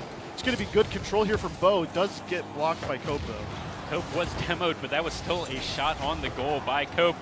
This is a little bit rough from Tech. Lord here with no boost, trying to just clear it out, making sure this is less dangerous. Clocks are here. Really good aerial control as Cope looking to just kind of sideswipe the ball out of the air right there. And I mean, we're seeing a lot of pressure coming out from NMSU, and then it's just kind of the same stuff from Tech, where we're getting good boom clears, but there's not anybody there to capitalize. We've seen them kind of in this corner a few times. We saw Ray do it a few times. Stoic, what can you do? 1v3. Stoic, but Mobo is going to be there. Oh, but that might be a good shot on the goal. Cope is that here. is. Another one as Mobo missed the first one, went for a second and nails it. Yeah, and I mean, we're seeing a lot of these kind of overcommits on, maybe a little bit of desperation to try and get a little bit more possession from Tech. But as we saw there, when there's only one person back, and if you lose possession, it's going to be turn into a kind of odd number break. And then, Bo doing it himself in that case. But, we're not really seeing Tech put much, pressure on the goal. And that was actually just really good plays from State right there. That was, I think it was Classy actually with the first shot on goal. It missed, but it set it up perfectly for Bo, who was right behind a Stoic there. Nearly gets that Classy with the actual skin of his teeth. I think that was in the goal, and he managed to knock it out there. That was a crazy little pinch there to kind of prevent it from getting in. I mean, as we even see right here, like Ray is on the ball himself. Looks like Stoke is actually trying to get in on the play, maybe get a bump or something to that effect. But I mean, there's so much of this empty space. We're gonna have to see what Stoke can do here. Yeah, 1 minute and 15 seconds left in this game. Tech need to get a score here very soon to try and even this one up. To get one now, then a kickoff, they'll be super happy, but 1 minute left. To get one here is Mobo. Gets demoed. Stoic here looking for a shot. Oh my. The Classy is going to be able to stop that from happening. It's gonna be this is going to be the game of almosts for Tech, it seems like. Only 40 seconds remaining. I mean, they've had the ball almost in the net, like almost fully in the net twice. This game could easily be tied with just a little bit better luck with the post. Yeah, that save from Classy was kind of insane on that shot from Stoic. That one looked like it was going to go in. Just barely the pinch. All right, Clocks are here looking for it as Classy stuffs it in. Good fake out just from everyone there on State. Yeah, I mean, this is nearly impossible. I really feel for Co. I mean, all 3 of them are there in the net, but I mean, with Clockster jumping there, that's going to be so incredibly difficult for the entire defense to read, because they're thinking, all of their eyes are on Clockster, but then Classy comes through and it's just a free tap in because they were waiting for Clockster to hit it. And that should be game number 3. Lord not able to get that tap, but luckily it was on the crossbar. Classy here looking for something, but 10 seconds remain. 3-0. State's going to take game number 3 here, unless something absolutely insane happens. Yeah, I mean, as soon as we see that hitting, Yeah, Yes. as soon as we see that clock hitting 0, it's going to be impossible for them to score 3. Yeah. But you know, we are going to see, you know, State come through and just absolutely wipe Tech that game. I mean, 3-0. There really wasn't that much pressure from Tech, and what we did see, I mean, we saw them get unlucky. We saw them hitting the post. We saw them hitting crossbar. We saw their shots getting blocked early, and then the counter pressure is really what killed them. Yeah, and what we were seeing in game number 2, where Tech was able to take game 2, is that mid-game or that midfield rotations where a couple of shots were able to be made while everyone was kind of in rotations from State. Yeah. Where, you know, you get the lucky shot on the goal, you know that target, and everyone is already out-rotated for State. They're trying to get, you know, the aggressive rotations, and they're just, no one's in the net. They get a kind of slow ball in the net. And Tech just wasn't able to do that. State was able to clean up their play just a little bit. Well, yeah, I mean, we just saw a little bit more possession-controlled game from State. We saw easier kind of communication. It looks like they were really talking to each other. I am curious, though, if we're going to be seeing a sub come out from Tech. It doesn't look like it. No, I think I do see someone standing, so we might see a sub here for game number 4. Yeah. Now, Okay, Tech is going to be subbing. We just got going word. to be subbing. We did just get word of that. So that may be what Tech needs here, because these games have been fairly close. That 3-0 was the biggest difference that we've seen, but game 2 was, what, 3-1? 3-2. 3-2? Yeah. Yeah, so that one was really close. Game 1, 1-0, really close. Yeah, I mean, so, we've been seeing, I mean, the closeness of these cannot be, you know, over-exaggerated here. I mean, we're going to have to see if Tech, you know, I believe it's going to be JDRF subbing in for I would their imagine. Kopi, or Copismo. Yeah, thank you. So we're just going to have to see. I mean, I believe JDRF, you know, might be a little bit more defensively competent. When we've played them, we kind of note that he does kind of stay as their third man, a little bit more of a distributor. And maybe that's what we need. Maybe we need to see a little bit more of that kind of distribution, kind of possession game from Tech, and maybe JDRF can, you know, provide that. Well, it also could be, there is this intangible part of players where they might be more vocal, they might be better at rotations, calling outs, anything like that. And that could be, you might not be as mechanically gifted, but if you are, you know, have the big brain plays, you can, you know, make the better players on your team even better, able to carry that 2v3 kind of situation. Well, not that I think that any of these players are bad by any stretch. I mean, making the finals of this type of LAN situation, obviously the team has to be good, but it is going to be coming down to chemistry. Yes. You know, I'm not really sure how much Tech kind of subs in and out their players. I know that JDRF, Ray, and Stoic are what they typically use for kind of collegiate tournaments. I believe that is what they played all of yesterday. I could be wrong. I might have seen Copismo play 1 or 2 games. I don't remember, to be honest with you. I only saw the one game on stream with them, and it was JDRF. That's fair. But, yeah, I mean, we're just going to have to see. I mean, Copismo, obviously, definitely not a bad player. Obviously, I mean, he had the winning goal, I believe it was in game 2, and he got the MVP, if I remember correctly. So we're going to have to see, you know, what type of different kind of vibe JDRF brings. Yeah, we'll have to see as we are getting ready. See JDRF plugging in their own controller, making sure all the buttons work, you know, having to log into their own account. All of that is kind of the problem with subbing here. But also, I think what this also gives time for is everyone on Tech to collect themselves, because we did just go right from game 1 into game 2 into game 3. So now with this little bit of downtime, you do have time to talk among yourselves. You do have time to, you know, take a breather from that 3-0 and collect yourself, so you're not just going 3-0 into another 3-0 into another 3-0 and lose the series. So this might be good for Tech. Yeah, I mean, this is going to be kind of a different kind of vibe than we've had almost the entire tournament. You know, we don't really have any timeouts implemented in this tournament, so this is going to serve as its own version of a timeout. You know, we're going to give Stoic and Ray a little bit of time to process, you know, what kind of went wrong, whether or not they think what went wrong was strictly based on cope, or, you know, possibly just kind of break down what they're trying to do or what they're going to try to do with JDRF now on the team. You know, there's obviously they found a few things that worked in game number 2, scoring 3 goals. But I mean, game 1, game 3, they didn't score any goal. So we're going to have to see, you know, if they kind of spotted anything that's exploitable from State, and just kind of see kind of where they go. Yeah, we will have to see if that happens. I do see, it looks like we are fully logged in, just waiting for JDRF to join the lobby. So we should be getting into game number 4 here shortly. But this is a best of 7, not even on match point. Sometimes you do see these subs. What I really don't like to see is the subs right on match point where it's like, ooh, we lost 3 games. Maybe this team comp will work better. Oh, it does look like we are going to be getting into the match, though, I believe. Yeah, all right, as we are getting into game number 4 here of New Mexico Tech versus NM State University here very, very shortly. And they're at the countdown. Let's see what Tech can do. They want to keep this 2-2 here in the next 5 minutes. Yeah, and I'm going to really want to see what JDRF is capable in this game. Obviously, you know, taking the time to get that sub, you know, we want to see an immediate impact. I don't want to see him, you know, struggling to kind of commit into the game pace.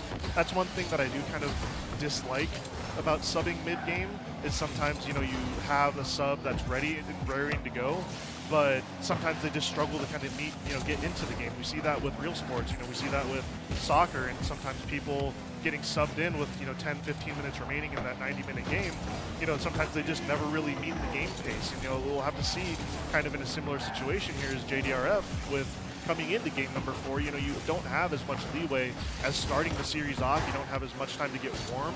I'm not sure if you got warm, you know, prior to the match starting today, or if Coco took up the computer space. You know, we're really going to have to see. Yeah, we'll have to see that. Mobo here looking for a shot. Stoic is able to get a good defense there. And another thing that not only, you know, the warm-up part of it and is you are not in the comps hearing everything. Sure, you are watching the games, you are seeing, you know, the rotations that State are doing here, but you're not in the comps, you're not seeing it firsthand. Is Mobo trying to set something up there for State? That's very true. I mean, we're going to have to see. I mean, it looks like, I mean, right off the bat here, we're already a minute and a half into this match. I feel like the ball has been in Tech's side of the field for like 90% of the match. Yeah, so far, most of it. Dangerous there for Tech as Classy trying to get something done there, but now Stoic. 2-man on the side of NMSU. Tech wanting to do something. Cloxer going to get a good clear. That might be a goal. No, Stoic there in the goal to get a good defense. Now, slow ball. We're not going to have any boost here. Just barely able to get that in. Nobo, really good angles there. So hard to get the read on that if you are. I believe that was JDRF in the goal. I mean, yeah, I mean, if you look at this, I mean, Ray actually almost got to that. That was a lot closer than it originally looked. But I mean, JDRF was just kind of sat in goal with really no boost at all. He couldn't really do anything unless the ball came right at him. Let's see. 1-0 now. State has led almost this entire series. Tech needing to come back here. That is an open goal, but it is not going to be a very fast one as State will be able to just scoop up possession of the ball. This is the most pressure we've seen Tech have in the State half. I mean, right there, I mean, just a little bit of hesitation, maybe a little bit left, too little boost, you know, whatever. But I mean, Ray was really on ball. He could have really kind of kept the possession and pressure on State. But unfortunately, they just, you know, a little bit of hesitation, and all of a sudden, you know, State's back on the ball. Yeah, JDRF there, the third member, trying to rotate up, make sure that everyone has time to go get boosts. Trying to keep the pressure on here from Tech. 2 minutes, 15 seconds remain here in regulation. Only so far a 1-2 goal. JDRF trying to get that one in 50-50, didn't go their way. Flashy should be able to pick this one up. Get all the control that they want. Stoic's going to be the one to go for the 50-50. Not able to do that as JDRF was demoed on the side of Tech. Stoic. And we do have a lot of good pressure. Oh, he's awkward in the goal, but Bo's there to bail out Classy there. JDRF wants to keep the pressure up here. Lord might be able to get it. Now Stoic looking for this 1-4-1. Classy there, wanting to clear it. Nobo getting it, but this may be dangerous for either side. Now it's on the side of Tech. And we did see a really good spell of possession there from Tech, and I'm curious if they're going to try and maintain that sort of pressure now that they saw what is possible. But this is going to be a wide open net. That's a wide open net. Lord there. Fantastic demo. Getting demoed, getting called out of position there, and I think that was just all the defense as Nobo November just able to capitalize on that demo, which we haven't really seen all that much this series. And I mean, that was just kind of, it looked like Tech was just way over pushed. They were in the half of state, and I mean, I think it was Ray, right, that got demoed on last. I mean, he got the first touch to make sure it wasn't immediately going to be a goal, but then he was dead to rights. You know, we saw, I believe it was Classy rotate through after his first touch and just get the bump, and no one was there on the side of Tech to make the clear. Let's see if State's going to be bringing this one to 3. Not quite going to be able to do it. This is a very dangerous wall position. I think all 6 members are right here. Stoic wants to clear, but Mobo should be able to get this touch. Keep it still on the side of Tech. That's a net. Might be open. Mobo looking for something, not able to do it. Cloxer, what can he do? Classy nudges it in. 3-0, State. Yeah, I mean, it's just the same old right now. I mean, we're getting a few decent touches coming out from Tech, but if they don't get those boom clears that they have been all series, State is right on top of them. They're ready for the 50. They're ready for the the clear, and they're just keeping possession on Tech. I mean, 3-0 with just 40 seconds remaining. Oh, but JDRF? Next to impossible for Tech as soon as I say that, though, they haven't hit the post. I think if JDRF was able to get that angle just a little bit better, that may have been a score, but now Stoic having to clear this one. Lord gets it. Then to Cloxer. Cloxer in the air trying to get something comfortably in the net. Getting a slow clear, but now Mobo here trying to get something. JDRF and Classy. Classy there. One from each, but 10 seconds remain. 3-0. State's going to take this one, bring them to match point.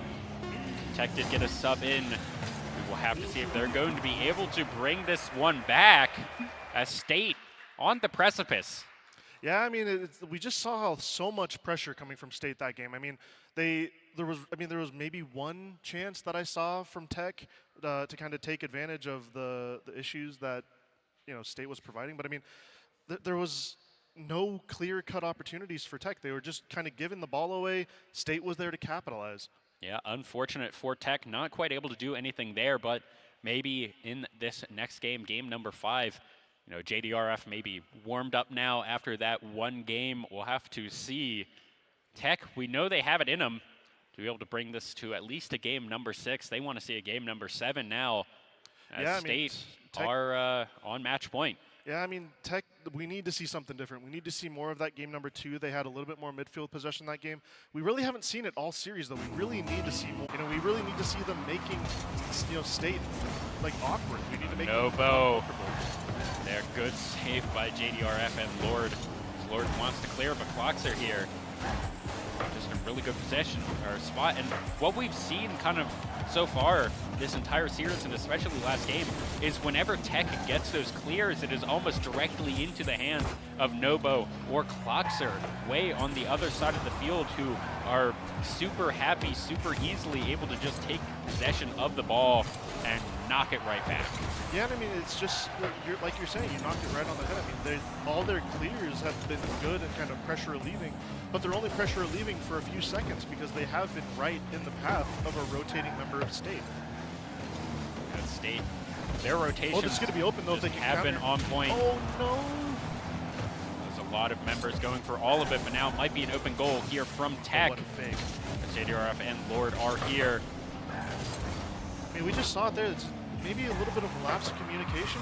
I believe Tech had all 3 players and the ball in front of, the State net, in the midfield, and then they just couldn't get control of the ball. They couldn't get their, communication together to just let one of their players with Boost, I believe Ray was on ball and he just didn't have Boost, but there was no communication.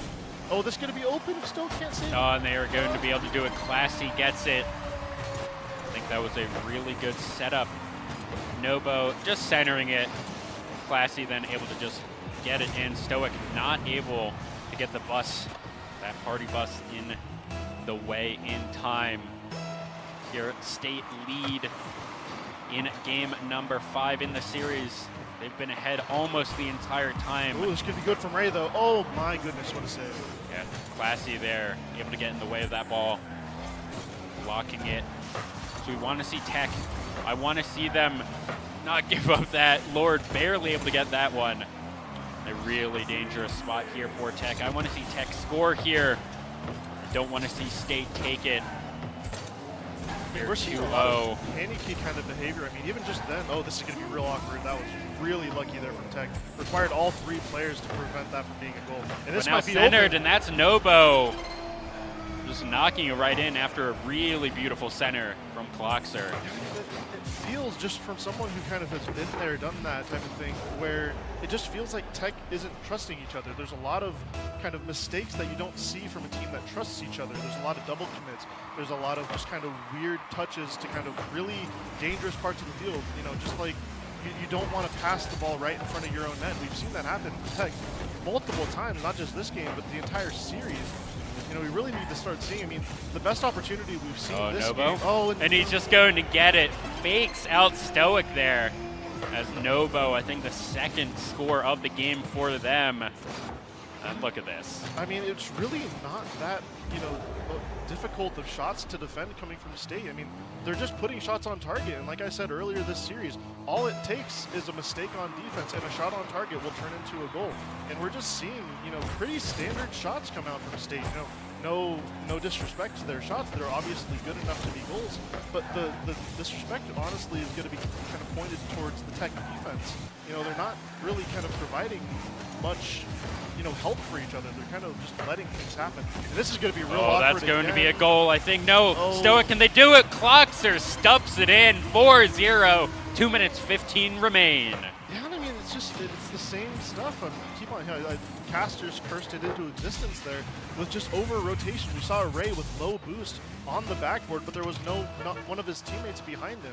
You know, you don't want to end up being in a situation where you're awkward in a position needing to make a save because all of a sudden he dives, doesn't go in. That's just going to be another goal right off the kickoff. Unfortunate. That one, sometimes kickoff goals do just happen, but this was that was just calculated. That was beautiful. That was totally calculated. You could, I'm sure, if we had access to the comms, there might have been a pinch call because I saw Clockser and I think that was Classy just kind of line that up. You know, when you point towards each other like here, that, JDRF. It's just going to be a pinch. But that's Stoic being demoed. That might be the stop of this aggression, but JDRF still having control of this ball. 5-0. Tech wants to try and at least get one. That's a shot on goal, but now that's 3 members of State running towards Tech's goal. JDRF trying to get a little bit of defense right there, but it's still on the side of Tech. Nobo November has it. JDRF all out of boost. And I mean, one thing that I've missed this entire series, we brought him up earlier in the pregame, we haven't really seen Stoic take over games. You know, he has the ability to maybe do so. Dangerous. Clockser, what can you do? What a save from out Clockser looking for another, and he gets it. Classy there to assist if needed, but it just wasn't. And look at this beautiful aerial. Yeah, I mean, that's just beautiful placement, honestly, there from Clockser. He puts it in a really awkward spot, so Ray knows it's going to go in if he doesn't touch it, but there's not very many places where he can put that ball that aren't going to be dangerous. Yeah, 6-0 here for State. Let's see if Tech are going to be able to get the miracle comeback as Nobo. Just another one, racking up the points here for State. Because they want to go to the finals. They want to get the rematch against UNM. Yeah, I mean, it's going to be interesting, obviously. I mean, 7 goals in a minute 17. I don't know if this has ever happened ever in the history of Rocket League in a competitive setting. If we watch it happen here now, I want to take credit for Caster cursing it into existence. But this is going to be real interesting, obviously. I would like to see Tech get on the board. Just, you know, let them see, you know, what it's like to kind of get on the board here. This is going to be real awkward. I mean, this pressure from State, has been textbook. You can't not say, I mean, just these touches, even that pass back, it's going to be that's perfect. Going to be an open net. Clockser gets another. Between Bo and Clockser there, I mean, that's just so good. Bo turns here. He knows that he's not going to be able to put a shot on target, but he plays this to Clockser at the midfield, and Tech is just not expecting a shot from that situation. But the comms have to be immaculate. I mean, that is just a textbook. I'm going to give this back to you. Doesn't have to be dangerous immediately. But then Clockser is there to turn it into a very, very dangerous, touch immediately. So yeah, I want to see Tech here try and get something on the board, make State sweat a little bit. This is also going to be really good for Tech or for State going into their next match against UNM. they're going to be feeling good.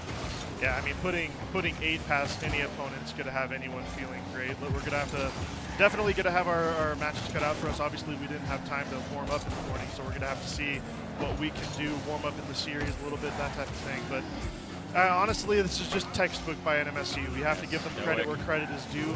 8 goals in any match is going to be difficult no matter your opponent. You know, and honestly, consolations to Tech. You guys had a really good tournament, obviously getting to the losers finals. I mean, they made the winners finals yesterday as well. But, you know, NMSU just ended up being too much on Championship Sunday, or Saturday.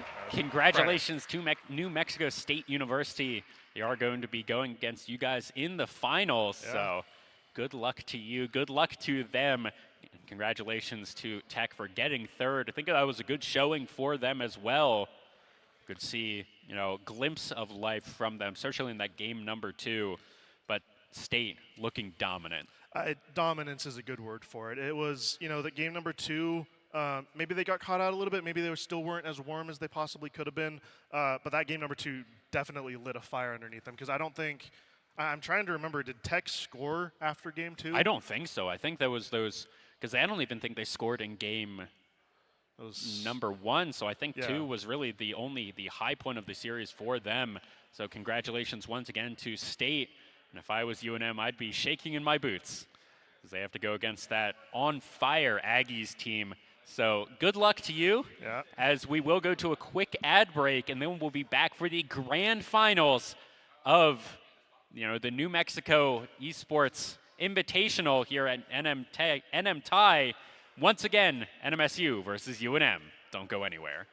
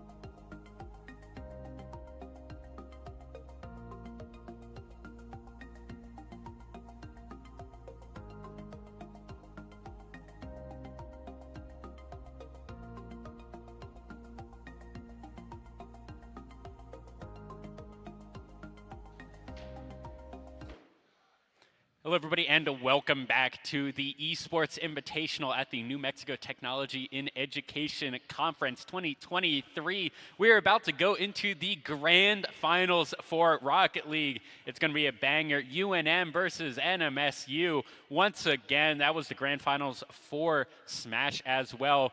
I'm Dieter. Joined with me is... I'm John. Welcome from NM Tech, JDRF, who we just saw. Unfortunate. Not able to get that dub to get here to the grand finals, but should be one heck of a match. And of course Definitely should be. It is going to be that, the perennial matchup in esports, or not even in esports, just in New Mexico, State versus University of. Right, and then this should be a really good matchup. We've got two high-powered offensive teams, UNM with a more kind of fast-paced offensive approach, and then State prefer to go kind of lackadaisical, beat you with mechanics. So that's what we're going to be looking at here. It's a battle of offenses. And because UNM is coming from the winner's bracket, we are giving them one free win in this game. So they only need to, or in this match series, they only need to win 3 to take the trophy, whereas State needs to win 4. As we are into game number 1, Lobos versus Aggies, as that's already going to be a shot. Clockster, 3 seconds in, puts one in for State. And right off the kickoff, State is going to strike Clockster with a great read there. Just beats out Zane narrowly. And State get a quick advantage on this one. Yes. Let's see if UNM are going to be able to fight back here early in game number 1, already down. Another slow kickoff. Clockster pitching it back to his side. This could be awkward. Bo should be there to get it, though. Spits it to the center. One man to beat. Oh, but that's just good Fossil. aerials. Fossil should have this. Did pick up that boost. Zane now trying to take time. Classy is already there, though. He's going to send it mid. Trying to find a teammate. Bo's there.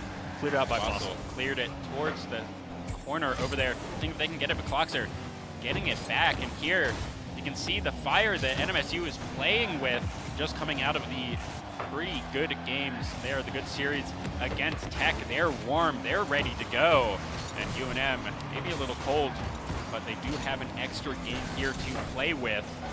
Yeah, I think this could definitely be a factor. It's been mostly State controlling the pace here.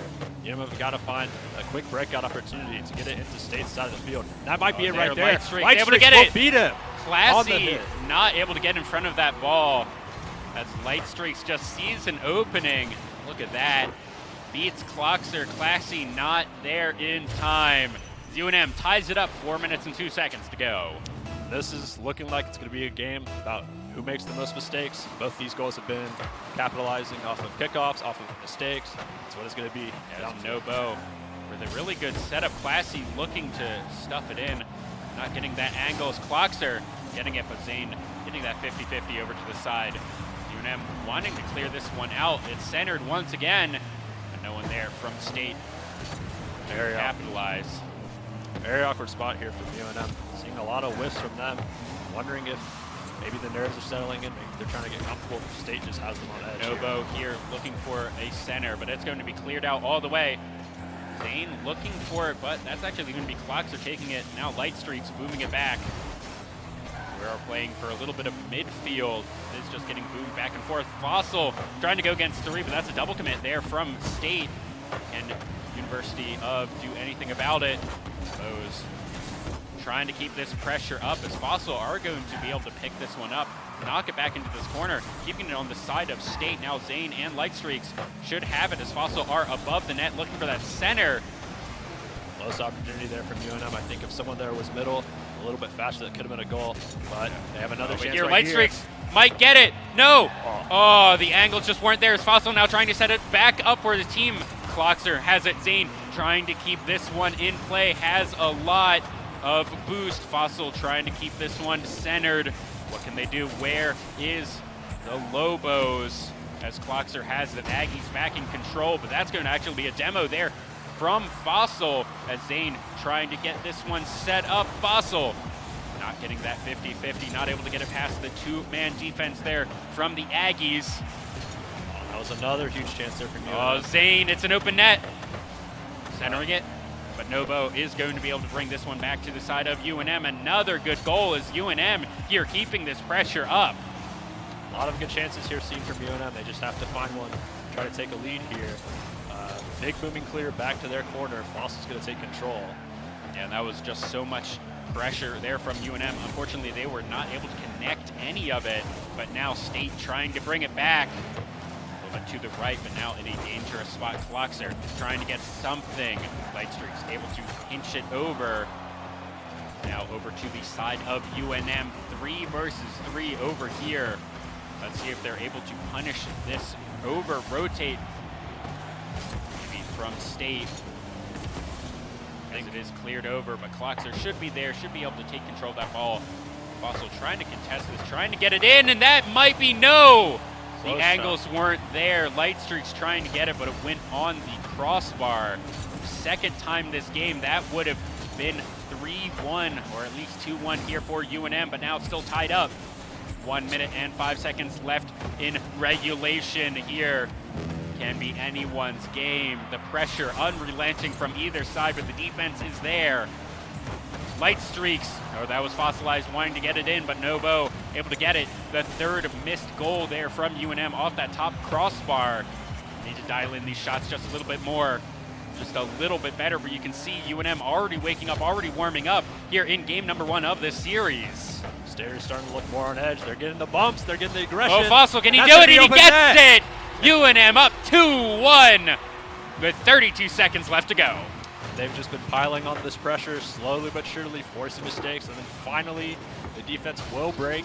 UNM will take a lead here and look at a 2-0 start for them. All right, but we did see a 3-second goal here from State right out of the gates off of a good kickoff. Can Cloxer do it? Zane here.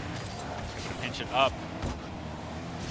Trying to generate some more pressure here, trying to get some more pressure, but Fossil trying to just keep it on the side of State. Oh, good aerials, out of boost here, but can they do it? Nobo able to take that one back as Classy wants to try and clear it back. Nobo has control. Lightstreak's there, running interference. State's got to get seconds fast. State wants to get this, but UNM should take game number 1. Still got time. There's a little bit of time. On the wall. Nobo has a lot of boost, has a lot to work with, but that's going to touch the game.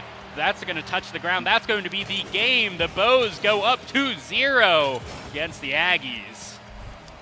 Aside from that kickoff show, it was a very... And look at that, just the scoreboard there for a little bit. 13 shots from UNM there, compared with 6 or 7, I think it was, from NMSU. That was just unrelenting pressure. Unfortunately, only a couple of them went in, but I mean, that was just so much pressure. 13 shots, only 2 goals. That really is the game right there. Yeah. In just a couple of stats, you know, the unrelenting pressure, but absolutely magnificent defense from State. Mm-hmm. And took UNM a little bit to get started. A little slow on the offense at first, but then once they got rolling, they were rolling, as the scoreboard shows. Oh, yeah, it took them a minute and a half to warm up, but once they're warm, they were unrelenting there. Let's see if UNM can continue this. The Lobos here want to just take this clean 4-0. I know Fossil, I've talked with Tyler every now and then, and every time that his team loses, every time his team gives up a goal, he always says, we're better than that. We, should have won that. We shouldn't have let that through. So I know he has a lot of pressure on his shoulders as Lightstreaks here gets one early on in the game. This looks like another overcommit from State. Yep, 2 went there on the 50 and just an open net there. Just can't be making those mistakes there, and UNM is absolutely going to capitalize on those every single time. All right, 4 minutes and 35 seconds. A lot of Rocket League left to play in this game. State can easily bring this one back, but UNM want to just keep this pressure up, want to bring it to a 3-0 game, make it impossible for the comeback. As Zane looking for the angles, not quite able to get it in. Lightstreak's trying to get the assist here, but now Cloxer has it. And Mobo want to bring this over to the side of UNM, but this pressure from UNM just so oppressive as it is just brought back to the side of State. They're playing this midfield game, but Zane, shot on goal, Classy, able to bring it back. UNM have been really quick to take the ball away from State whenever they get offensive pressure. State really likes that methodical style of play, and UNM are just not letting them have it. You can tell. It is making dangerous. State here won it. That's a shot sent over to the corner.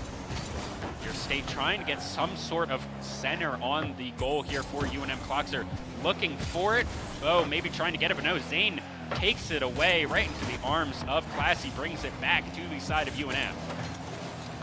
Let's see here, State trying to get a pitch back out to Bo, but he's going to let it leave it. Classy should have that. That's a good demo, but it just wasn't there. Just off the crossbar. Is Cloxer able to get it? And he is tying it up. That's just too good of a shot from Cloxer. And that demo was so important there from the Aggies. Crucial demo. One member down there means the defense just isn't as good, and UNM are able to, or NMSU are able to take advantage of it, tying up this game. And I think very even kickoff. I think that's more what we need to see from State too. Those demos, those aggression, looking to get those disruptions on UNM. They've got to step up and make them uncomfortable. So if you can just keep getting those demos, it's going to disrupt UNM's offense. Yeah, that's what you sometimes have to do if you want to play this methodical play style like State wants to do. Well, the easiest way to win a methodical game is you can make it a 2v3. You're man up. You can now do this pretty easily as Classy gets a shot on goal. Bo trying to center it is on the side of UNM. And oh, this touch there. STRIX tries to get it clear out. Zane's there on the follow. Classy will get a beat though.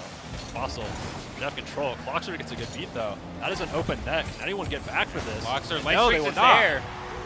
But Cloxer able to just bump that one in. Cloxer winning that 50-50. It was kind of a double commit there from State, but there was just no one in the net there. STRIX trying to get back. Just that over-rotate. 2 minutes and 30 seconds remain. Halfway through game number 2. Still NMSU in the lead, but it's only a 1-point lead here. UNM trying to get that. Classy getting a 50. And let's see, it's a lot of time left for UNM, but State can keep rolling with the momentum. They can disrupt them, Zane but that's not getting a good way it. to do it. Classy looking for it, and Fossil gets it by 2, ties it up. And there's a very quick response there. Good fake by Zane, and Fossil just right there. Yeah, nice exactly where they wanted to be. And that's how UNM likes to play this game. They like to go for a shot, it misses, gets the defense out of position, and then follow it up with another shot. And that's exactly how UNM wants to play. So let's see what State can do to try and disrupt that. But tied game, UNM still needs to put another one in. Yeah, not really seeing enough aggression from State, really. I feel like they're taking too much time. Oh, and that's going to be it. Otherwise, UNM is just going to pour it on them. Yeah, look at this. I don't even think that State thought that that was a really goal opportunity, but really good just flick there from STRIX. Really good 50 there, and then just excellent shot there by STRIX. And UNM's got advantage again. 2 minutes left to go. UNM up by 1, but Bo here looking for it. STRIX knocks it away. Also now you're trying to take control, trying to get it to the middle.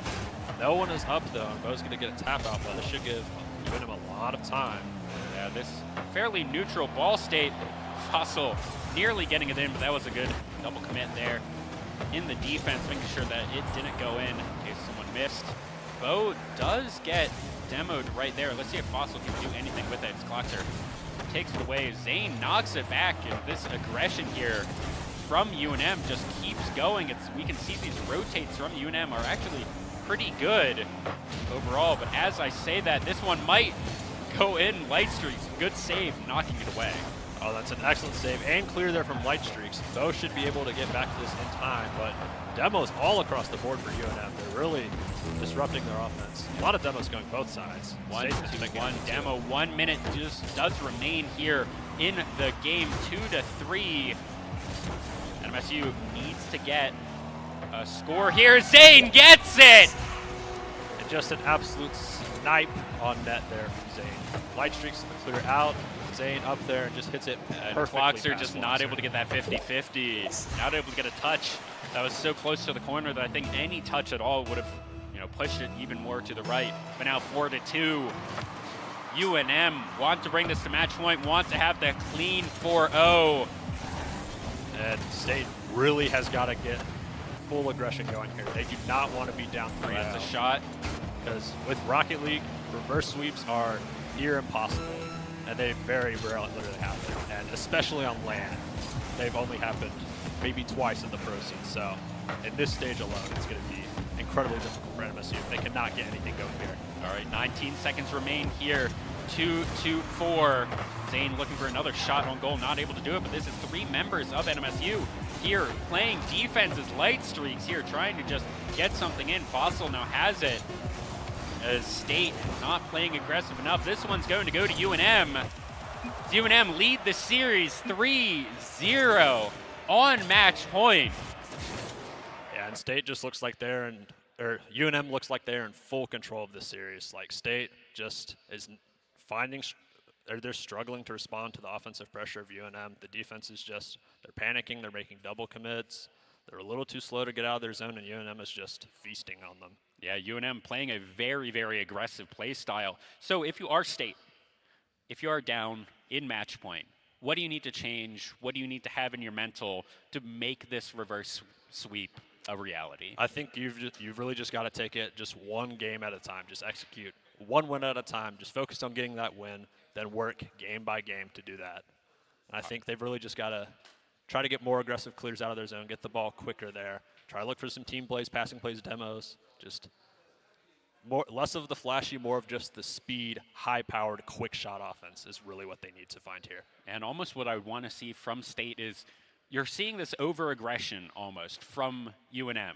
So make it a shootout game. If UNM wants to put 13 shots on the board, fine. If you're State, put 13 shots on the board as well. Really just bring this to a shootout game. We know that all 6 players here in this game have the mechanics to do that. As Mobo looking for a shot on goal. Absolutely, this is do or die for State right here. Fossil trying to get something quickly, but Class is getting the save. Zane gets it over him. Light Streak should be there, Light Streaks and he gets will it. 50 it in.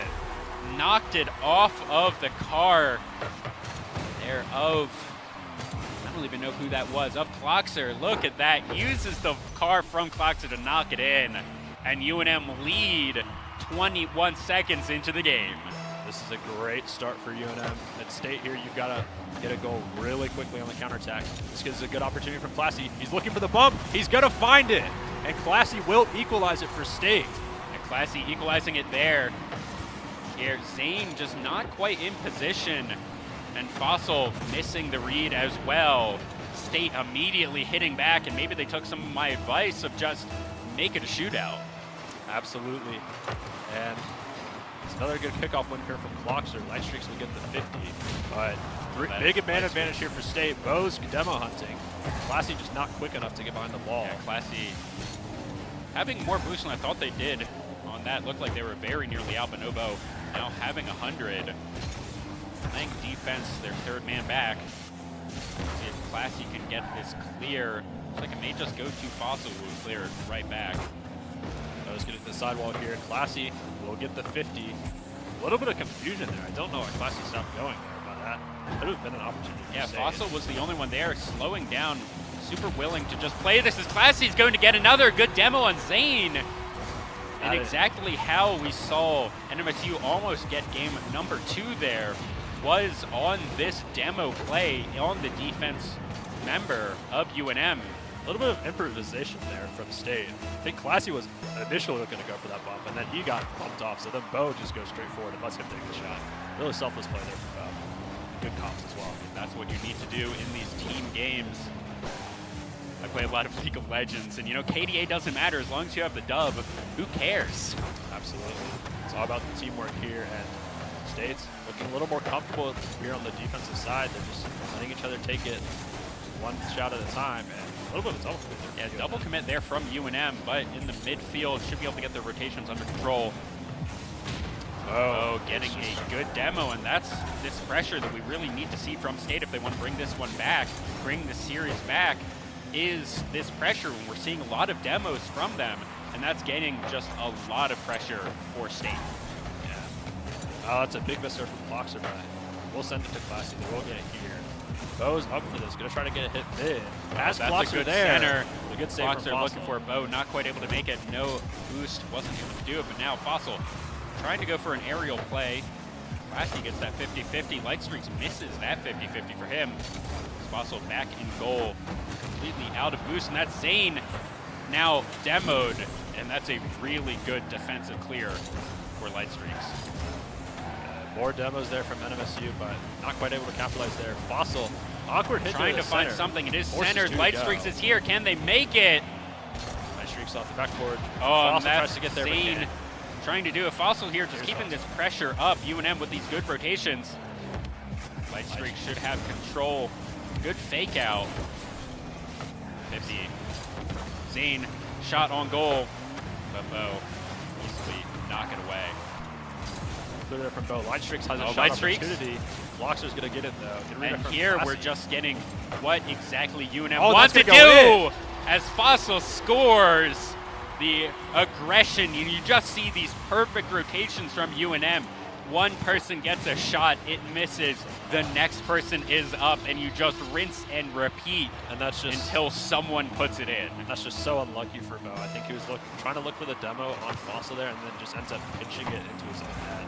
2-2 here with 2 minutes remaining to play. Classy tries to get a score there, not able to make it. Classy taking his time here, tries to gets over one. Lightstreaks with the clear, but Cloxer is right there. Let's see what Cloxer is able to do with this one. It is centered. There's no one there from State to get it in. Bo here wanting to center it once again for his team. Classy here as well. Oh, but the sideboard Fossil there in time, getting a really crucial save, keeping this win alive. Fossil now clearing it away. This is really starting to get intense here. Both offenses are starting to perform, starting to get a lot of aggression. Here, Fossil doing their best here on this game, just keeping this aggression up as Cloxer has it. Lightstreaks going to take it away as this ball is in the midfield. Also a very neutral State. 2-2. I predict a 3-2 game. Whoever gets this next point is going to make it. UNM with this aggression, but it's all three members of State here. Huge spins out. Zames doesn't have time to work. Cloxer's up for that already. Lightstreak's there with the hit out, but Cloxer is there. Demo by Bo. Demo by Classy Bo. This should is have where a we shot, saw but it. He misses it. Zane pushing it to the side. Oh, that was such a close opportunity for State there. Now Fossil taking to the other side. Gotta get a quick score here. Another demo there from Demo. Lightstreaks. 1-1. 2v2 for a couple of seconds. We might go to overtime here. Neither team particularly wants it. Classy gets a shot on, but Fossil is there exactly where he needs to be. State's starting to get more pressure on their side, but they've got to get 10 it seconds back here. Quick clear there Prediction from overtime. Clear. Zane's going to be able to knock it over to the side, but Cloxer wants to get it in as Bovember. Excellent follow-up here from Bo. Just double commit there from UNM on the backboard, and Bo just excellent follow-up there. And 2 seconds remain. NMSU State will win at least one here. The start of the reverse sweep. And let's see here. That's going to go over. Oh, Zane has it. Will they get it? No, and that one will go to State. Beginning of the reverse sweep starts now. UNM want to stop it in this tracks. They want to just win this next one, but that was pretty much exactly what we wanted to see from State. Yep, that was. It was a lot more aggressive from State. You saw Bo there. He was getting a lot of demos on the back end, and that's opening up spaces. If State can keep that aggression, they could very well make this into a series. Yeah, we already do have a series on our hands. Of course, State winning one means that it will not be the easy 4-0 for the Lobos. But that was exactly what we wanted to see. We wanted to see more aggressive demos. And that was how at least one or two of their scores happened from NMSU was demo the person in the net. They're now not there. Get it in around the person who, well, isn't there anymore. As we are already here into game number 4, game number 5, technically. As UNM were up 1 being from the winner's bracket. This is still very favorable for UNM. They've got a lot Fossil of time has to make it. adjustments. And Fossil trying to get something started here, but good save by Cloxer. Yeah, Cloxer there, able to get in the way. UNM looking to just continue this aggression over on the side of State. Big demo Good there by demo from Lightstreaks. Bo. We're onto Bo. Classic. Zane should have this. Picking up the boost to knock it away. Classic going for the 50-50 towards the center of the field. Just going to be knocked over to the corner of UNM. Now clocks are maybe in a good position as Zane clears it towards the center. Lightstreaks has it off the crossbar. Could be good for the Bows. Starting to see some high-flying shots already. Looking like a lot of boomer ball. They're just hitting it rapidly back to each other's side, trying to find an opportunity, find an open net. Zane has a shot here, but Bo's going to get it. And over the head of Fossil, not going to be able to touch it. Trying to get here for the 50-50. Lightstreaks coming to back them up. Also still more 50-50s. Bo here looking for something. Him and Lightstreaks going to the 50-50. Classy gets it! As State goes up 1-0, 3 minutes 46 remain. That is a huge opening goal from State there. That's exactly what you want. You want to keep this momentum going. You just want to suffocate them. Keep piling it on. Make UNM uncomfortable. Yeah, State has maybe found the secret sauce that was necessary. Super even kickoff as Zane takes control, but Mobo should be able to take control of it back. Bo has a flip reset. Not able to get another one. Classy Fossil is there, gets though. it, but it just wasn't enough as Classy completely wins the 50-50 and puts a second one in. All of UNM's eyes here are on Bo, and they do not see Classy coming in. He just bulldozes straight through the defense, and it's already 2-0 for State, looking very good for them. Let's see what UNM can do to punch back. Good kickoff for them. Zane has it. Looked like that one might go in. Trying to keep up this defense, this offense, but no! Well, that one was going in. Another score. All three members of State here looking to get that score. A little bit angles off from all of those scores. Otherwise, that would have been 3-0. 3-0, that would have not been when UNM won. 2-0 is a little bit more manageable here. So we'll see how they can respond here. That was trying to take it really down. good rotations from UNM. Also incredibly lucky for the Bows that they were just a little off on the actual shots on goal from State. Here's Clockser. Gets a clear past one. Lightstreaks has a little bit of time. Lightstreaks here in the 1v3. Trying to get something as that's Bo going down, but still on the side of UNM. Clockser has it, or Classy has it. Mobo back in base. Another shot that does miss as Zane looking for it. It is centered. Who's here? Fossil. No, it is Lightstreaks. Fossil behind him again, trying to keep it relevant, trying to keep it on the side of UNM. Zane. Now, next one from the Lobos, looking for it as the Aggies are scrambling their defense. Zane looking for it again. Lightstreaks tried to get a shot on goal. Zane looking to contest this aerial. Knocks it away, but Bo is there for the reinforcements. Yeah, let's pick up the pace a little bit here. Loxer trying to get Loxer one here there. once Bo with the again. redirect. Backboard is open, but great clear from Lightstreaks. Dangerous ball position from UNM, but it is cleared away. It's Bo looking to bring it back. See what they can do as Zane has it. It's picked up by Classy. A lot of time there. Just bangs it back. Bo's going to be right there for the response. Lightstreaks. A minute 45 remain. Lightstreaks looking for it, but he goes right into the pockets of Clockser. But now 3 members from UNM are here. Let's see what their rotations are like. Lightstreaks trying to get it in. Fossil playing the backboard. They're going to be able to take it back. Zane keeping it relevant. Zane looking. Not quite able to do it. Fossil here.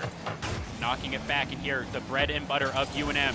These perfect rotations, keeping it on the side of NMSU as Zane knocking it back. Once again, Zane looking for this dribble. It's an open net. Classy's here. It's a little bit to the left. You can see Fossilized right there. Let's see what he can do. Classy gets that 50-50 as Zane has to rush back. Get this back to the side of State. 1 minute remain. Is it going to go in? Fossil wants it. Can they knock it in? And they save it. Perfect defense there from the Aggies. Oh, UNM just could not put that one in. That was the goal they really needed. Try to get at least one, at least to just slow down State's momentum. Still have a lot of time, though. Yeah, 40 seconds remain. It's still a 2-0 game. They wanted to bring it to a 2-1 game, but they were not just able to capitalize. It was so close. Classy here wanting to keep this one away from his net. Bobember, you do with it. Knock it out. Zane has control. as UNM may go down 2 in a row. They may start sweating here. Yeah, I think if you're UNM, you really got to start kind of evaluating what you're doing. NMSU has made adjustments. UNM's got to do the same. They've got to figure out how do they stop this State aggression, because really, State's starting to roll. Yeah, as State takes a 2nd in a row. The first 2 went to UNM. Now 2 over into State's pockets. They figured it out. Will they make the reverse sweep? Well, it's 3-2 now in the series. Game 6, this is going to be a pivotal game. I think UNM really want to close it out here. They may not want to find themselves in a Game 7. Yeah, I think if UNM win this one, I mean, obviously if UNM win this one, they win. But I think if State win this next one, I think it might be over for the Lobos. It could be very close. Reverse sweeps, like I said earlier, they're still very hard to pull off. You can win 3 in a row. Winning 4 in a row is a lot more difficult. Yeah, winning 4 in a row is quite difficult. Let's see if UNM will be able to bring it back. Of course, UNM won the first 2, then State won the next 2. Let's see if UNM can bring it back, or if State's going to be the first one to win 3 in a row in this series. So we are going directly into game number 6 here. 5 minutes of Rocket League. Super neutral kickoff. Now, here's Zane trying to get something going early. He's a pass 1, Classy. Gotta have time there. Mo is a pass 1, Classy again. This is a 3v1 right here. Oh, and he just misses the shot there. That was a huge opportunity for State that they really needed to capitalize on. Yeah, Classy, they're not quite able to get it. As it is now over into the side of State. Bo should have this, should be able to clear it, but Light Streaks, see what he can say about it. Going over to the pockets of Classy. Zane looking for something. Fossil is here as well. Defensive, just side swipes, making sure that this ball cannot be shot on goal. But that's Zane being demoed. What can State do here? This is where State thrives. The defender is down. Zane gets one in the air. Bo already up to beat him though. Looks like State's gonna get a pass whifty there. See Bo cut off by Zane. Cloxer's there to follow. And Classy with a shot there, off its mark. Bo not there to follow. So now it's Fossil versus Bo. Looking. He's gonna beat him. Cloxer will be back in time. Yes, Cloxer there had enough boost to be able to make it in front of the ball. But now Zane looking for a Classy, the only one in net. Bovember there as well. Looking for that clear. UNM want to bring this pressure right now. You can see all 3 members are rotated up. Light Streaks has it. Off the top of the backboard. Now Bovember looking for something. Zanelek, look what you can do. Nice, gonna get a bank here. State starting to look a little more shaky, seeing a little more double commits. Now all 3 members here of State are on the side of UNM. UNM want to clear this one out, want to try and get something past all 3 members. Zane is going to be able to get it. Oh, this is center. This may be dangerous. Classy. What can you do? Light Streaks looking contest. It's starting to look like the aggression is kind of worn off from State. You have to wonder if it's just maybe the endurance is finally getting to them. I mean, especially mental strength, mental fatigue can definitely happen when you're playing these series and trying to accomplish these reverse sweeps. Yeah, Fossil there getting demoed really put a stop to all that aggression, as that might be it. Zane gets one in from all the way downtown, and that's UNM going up 1-0. And Zane is right there off the backboard, just too fast for the defense, caught him off guard, and that is a huge goal for UNM here. State's got to respond quickly. Let's see what State is able to do. As you said, they looked a little bit shaky here in this game number 6. Need to bring it to game number 7 if they want to win. Light Streaks want to bring it to a 2-0 game. See if they're going to be able to do that. That goal was just so good from Zane. Had enough speed, had enough of an angle to just get it into the goal from all the way from, I think, their own backboard. Right. It was very close to there. And then Light Streaks here, not able to get shot. Cloxer's there. He has it again, but Classy's getting beat there. All right, Light Streaks trying to get an assist. Almost. It's off the All right, it's still centered. Classy taking Also time going here. for it. Got UNM a little bit on the run. No one's really ready to call up here from UNM. Zane Looking for a clear. Shot on by That's just Bo. going to be Bo. Looking for a boomer shot. So it is just cleared towards the center, but everyone is here. All, at least 4, maybe 6 members are right there on midfield. See if anyone's going to be able to break away with it. This shot to the UNM side. Everyone looked at contest and almost everyone missed. Bo's starting to headhunt a little bit here more. He's going to find more of these demos. Bo is... All right, cleared once again. This might be dangerous for UNM. 90 seconds to remain in this game. Light Streaks. Very awkward touch with a touch, but Bo did get demoed. Fossil trying to put it in. Not going to be fast enough as Classy does get the save. Classy now has it. Bring it to the side of UNM. It is centered. What can Bo do? But Bo just gets demoed as Light Streaks gets it. Trying to get this center. Zane now getting demoed themselves. State is really starting to feel the pressure. 1 minute remains here in game number 6. UNM lead the series. It is match point. They want to take this game. They want to take the trophy. What can State do about it? This is do or die here for State. They've got to get something quickly. Boxer with a miss. See if you can keep hold of it. It's a flip reset. It's a free net. Fossil is here, but I think everyone ran out of boost. Classy is still here. Bo is here. Cloxer's here as well, but no one has any boost to their name. No one has any space either to make anything happen as UNM just wants to clear this one out, and they do.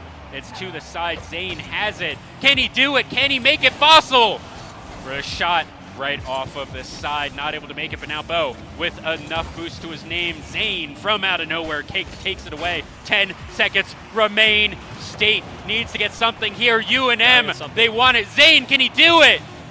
They've got to get 4 something seconds. Here. UNM poised to take the series. UNM take the series. They take the tournament in Rocket League. The UNM players here take the tournament. And it is just not good enough from State. Really close. Good attempt by them, but just could not get it done. And UNM will take the series. Yeah, UNM take the series, not dropping a game at all the way through the winner's bracket. Never dropped down into the loser's bracket at all. As the University of New Mexico really show what they've been practicing for years at this point. Yeah, UNM's looking really good. It looks like they've got a really good team that they've built this season, and it's interesting to see what it can accomplish. Yeah, and I mean, congratulations to UNM. Congratulations to NMSU for getting second here. But this team from UNM, from the Lobos, is, I mean, years in the making. I know Zane and Fossil have both been on this team 2, possibly 3 years now. Fossil, that team captain, who's really just been kind of building up Rocket League at the University of New Mexico. I think the freshman of Light Streaks coming in this year, really cementing this team together. And as we saw in a couple of those games, just that unrelenting just pressure coming out from UNM, and State just wasn't able to do anything about it. Of course. A lot of pressure from them. I think I saw a lot of good stuff from Zane. He's probably my MVP for this series, maybe for this tournament. He's had some really good performances for our UNM against State, against us as well. He's really stepped up. He's looked excellent. Absolutely. Congratulations once again to UNM for winning Rocket League. Congratulations to NMSU for winning in Smash. Thank you to everyone who made it out to this event. But that will be it for the Esports Invitational for 2023 at the New Mexico Technology in Education Conference. I want to do a quick shout out of all of our sponsors once again: RTI, ViewSonic, HP Omen, ASUS, HyperX, and Xfinity. And thank you for everyone who made this possible. Thank you to UNM for production. Thank you for Paige for doing all of our brackets, making sure everyone shows up on time where they need to be. Thank you to just everyone who helped put this on. Thank you especially to Blake, the mastermind of this entire NMTIE Esports thing that we've been doing the past couple of years. Thank you, John, for casting with me. And once again, thank you everyone for watching, and we will see you next year.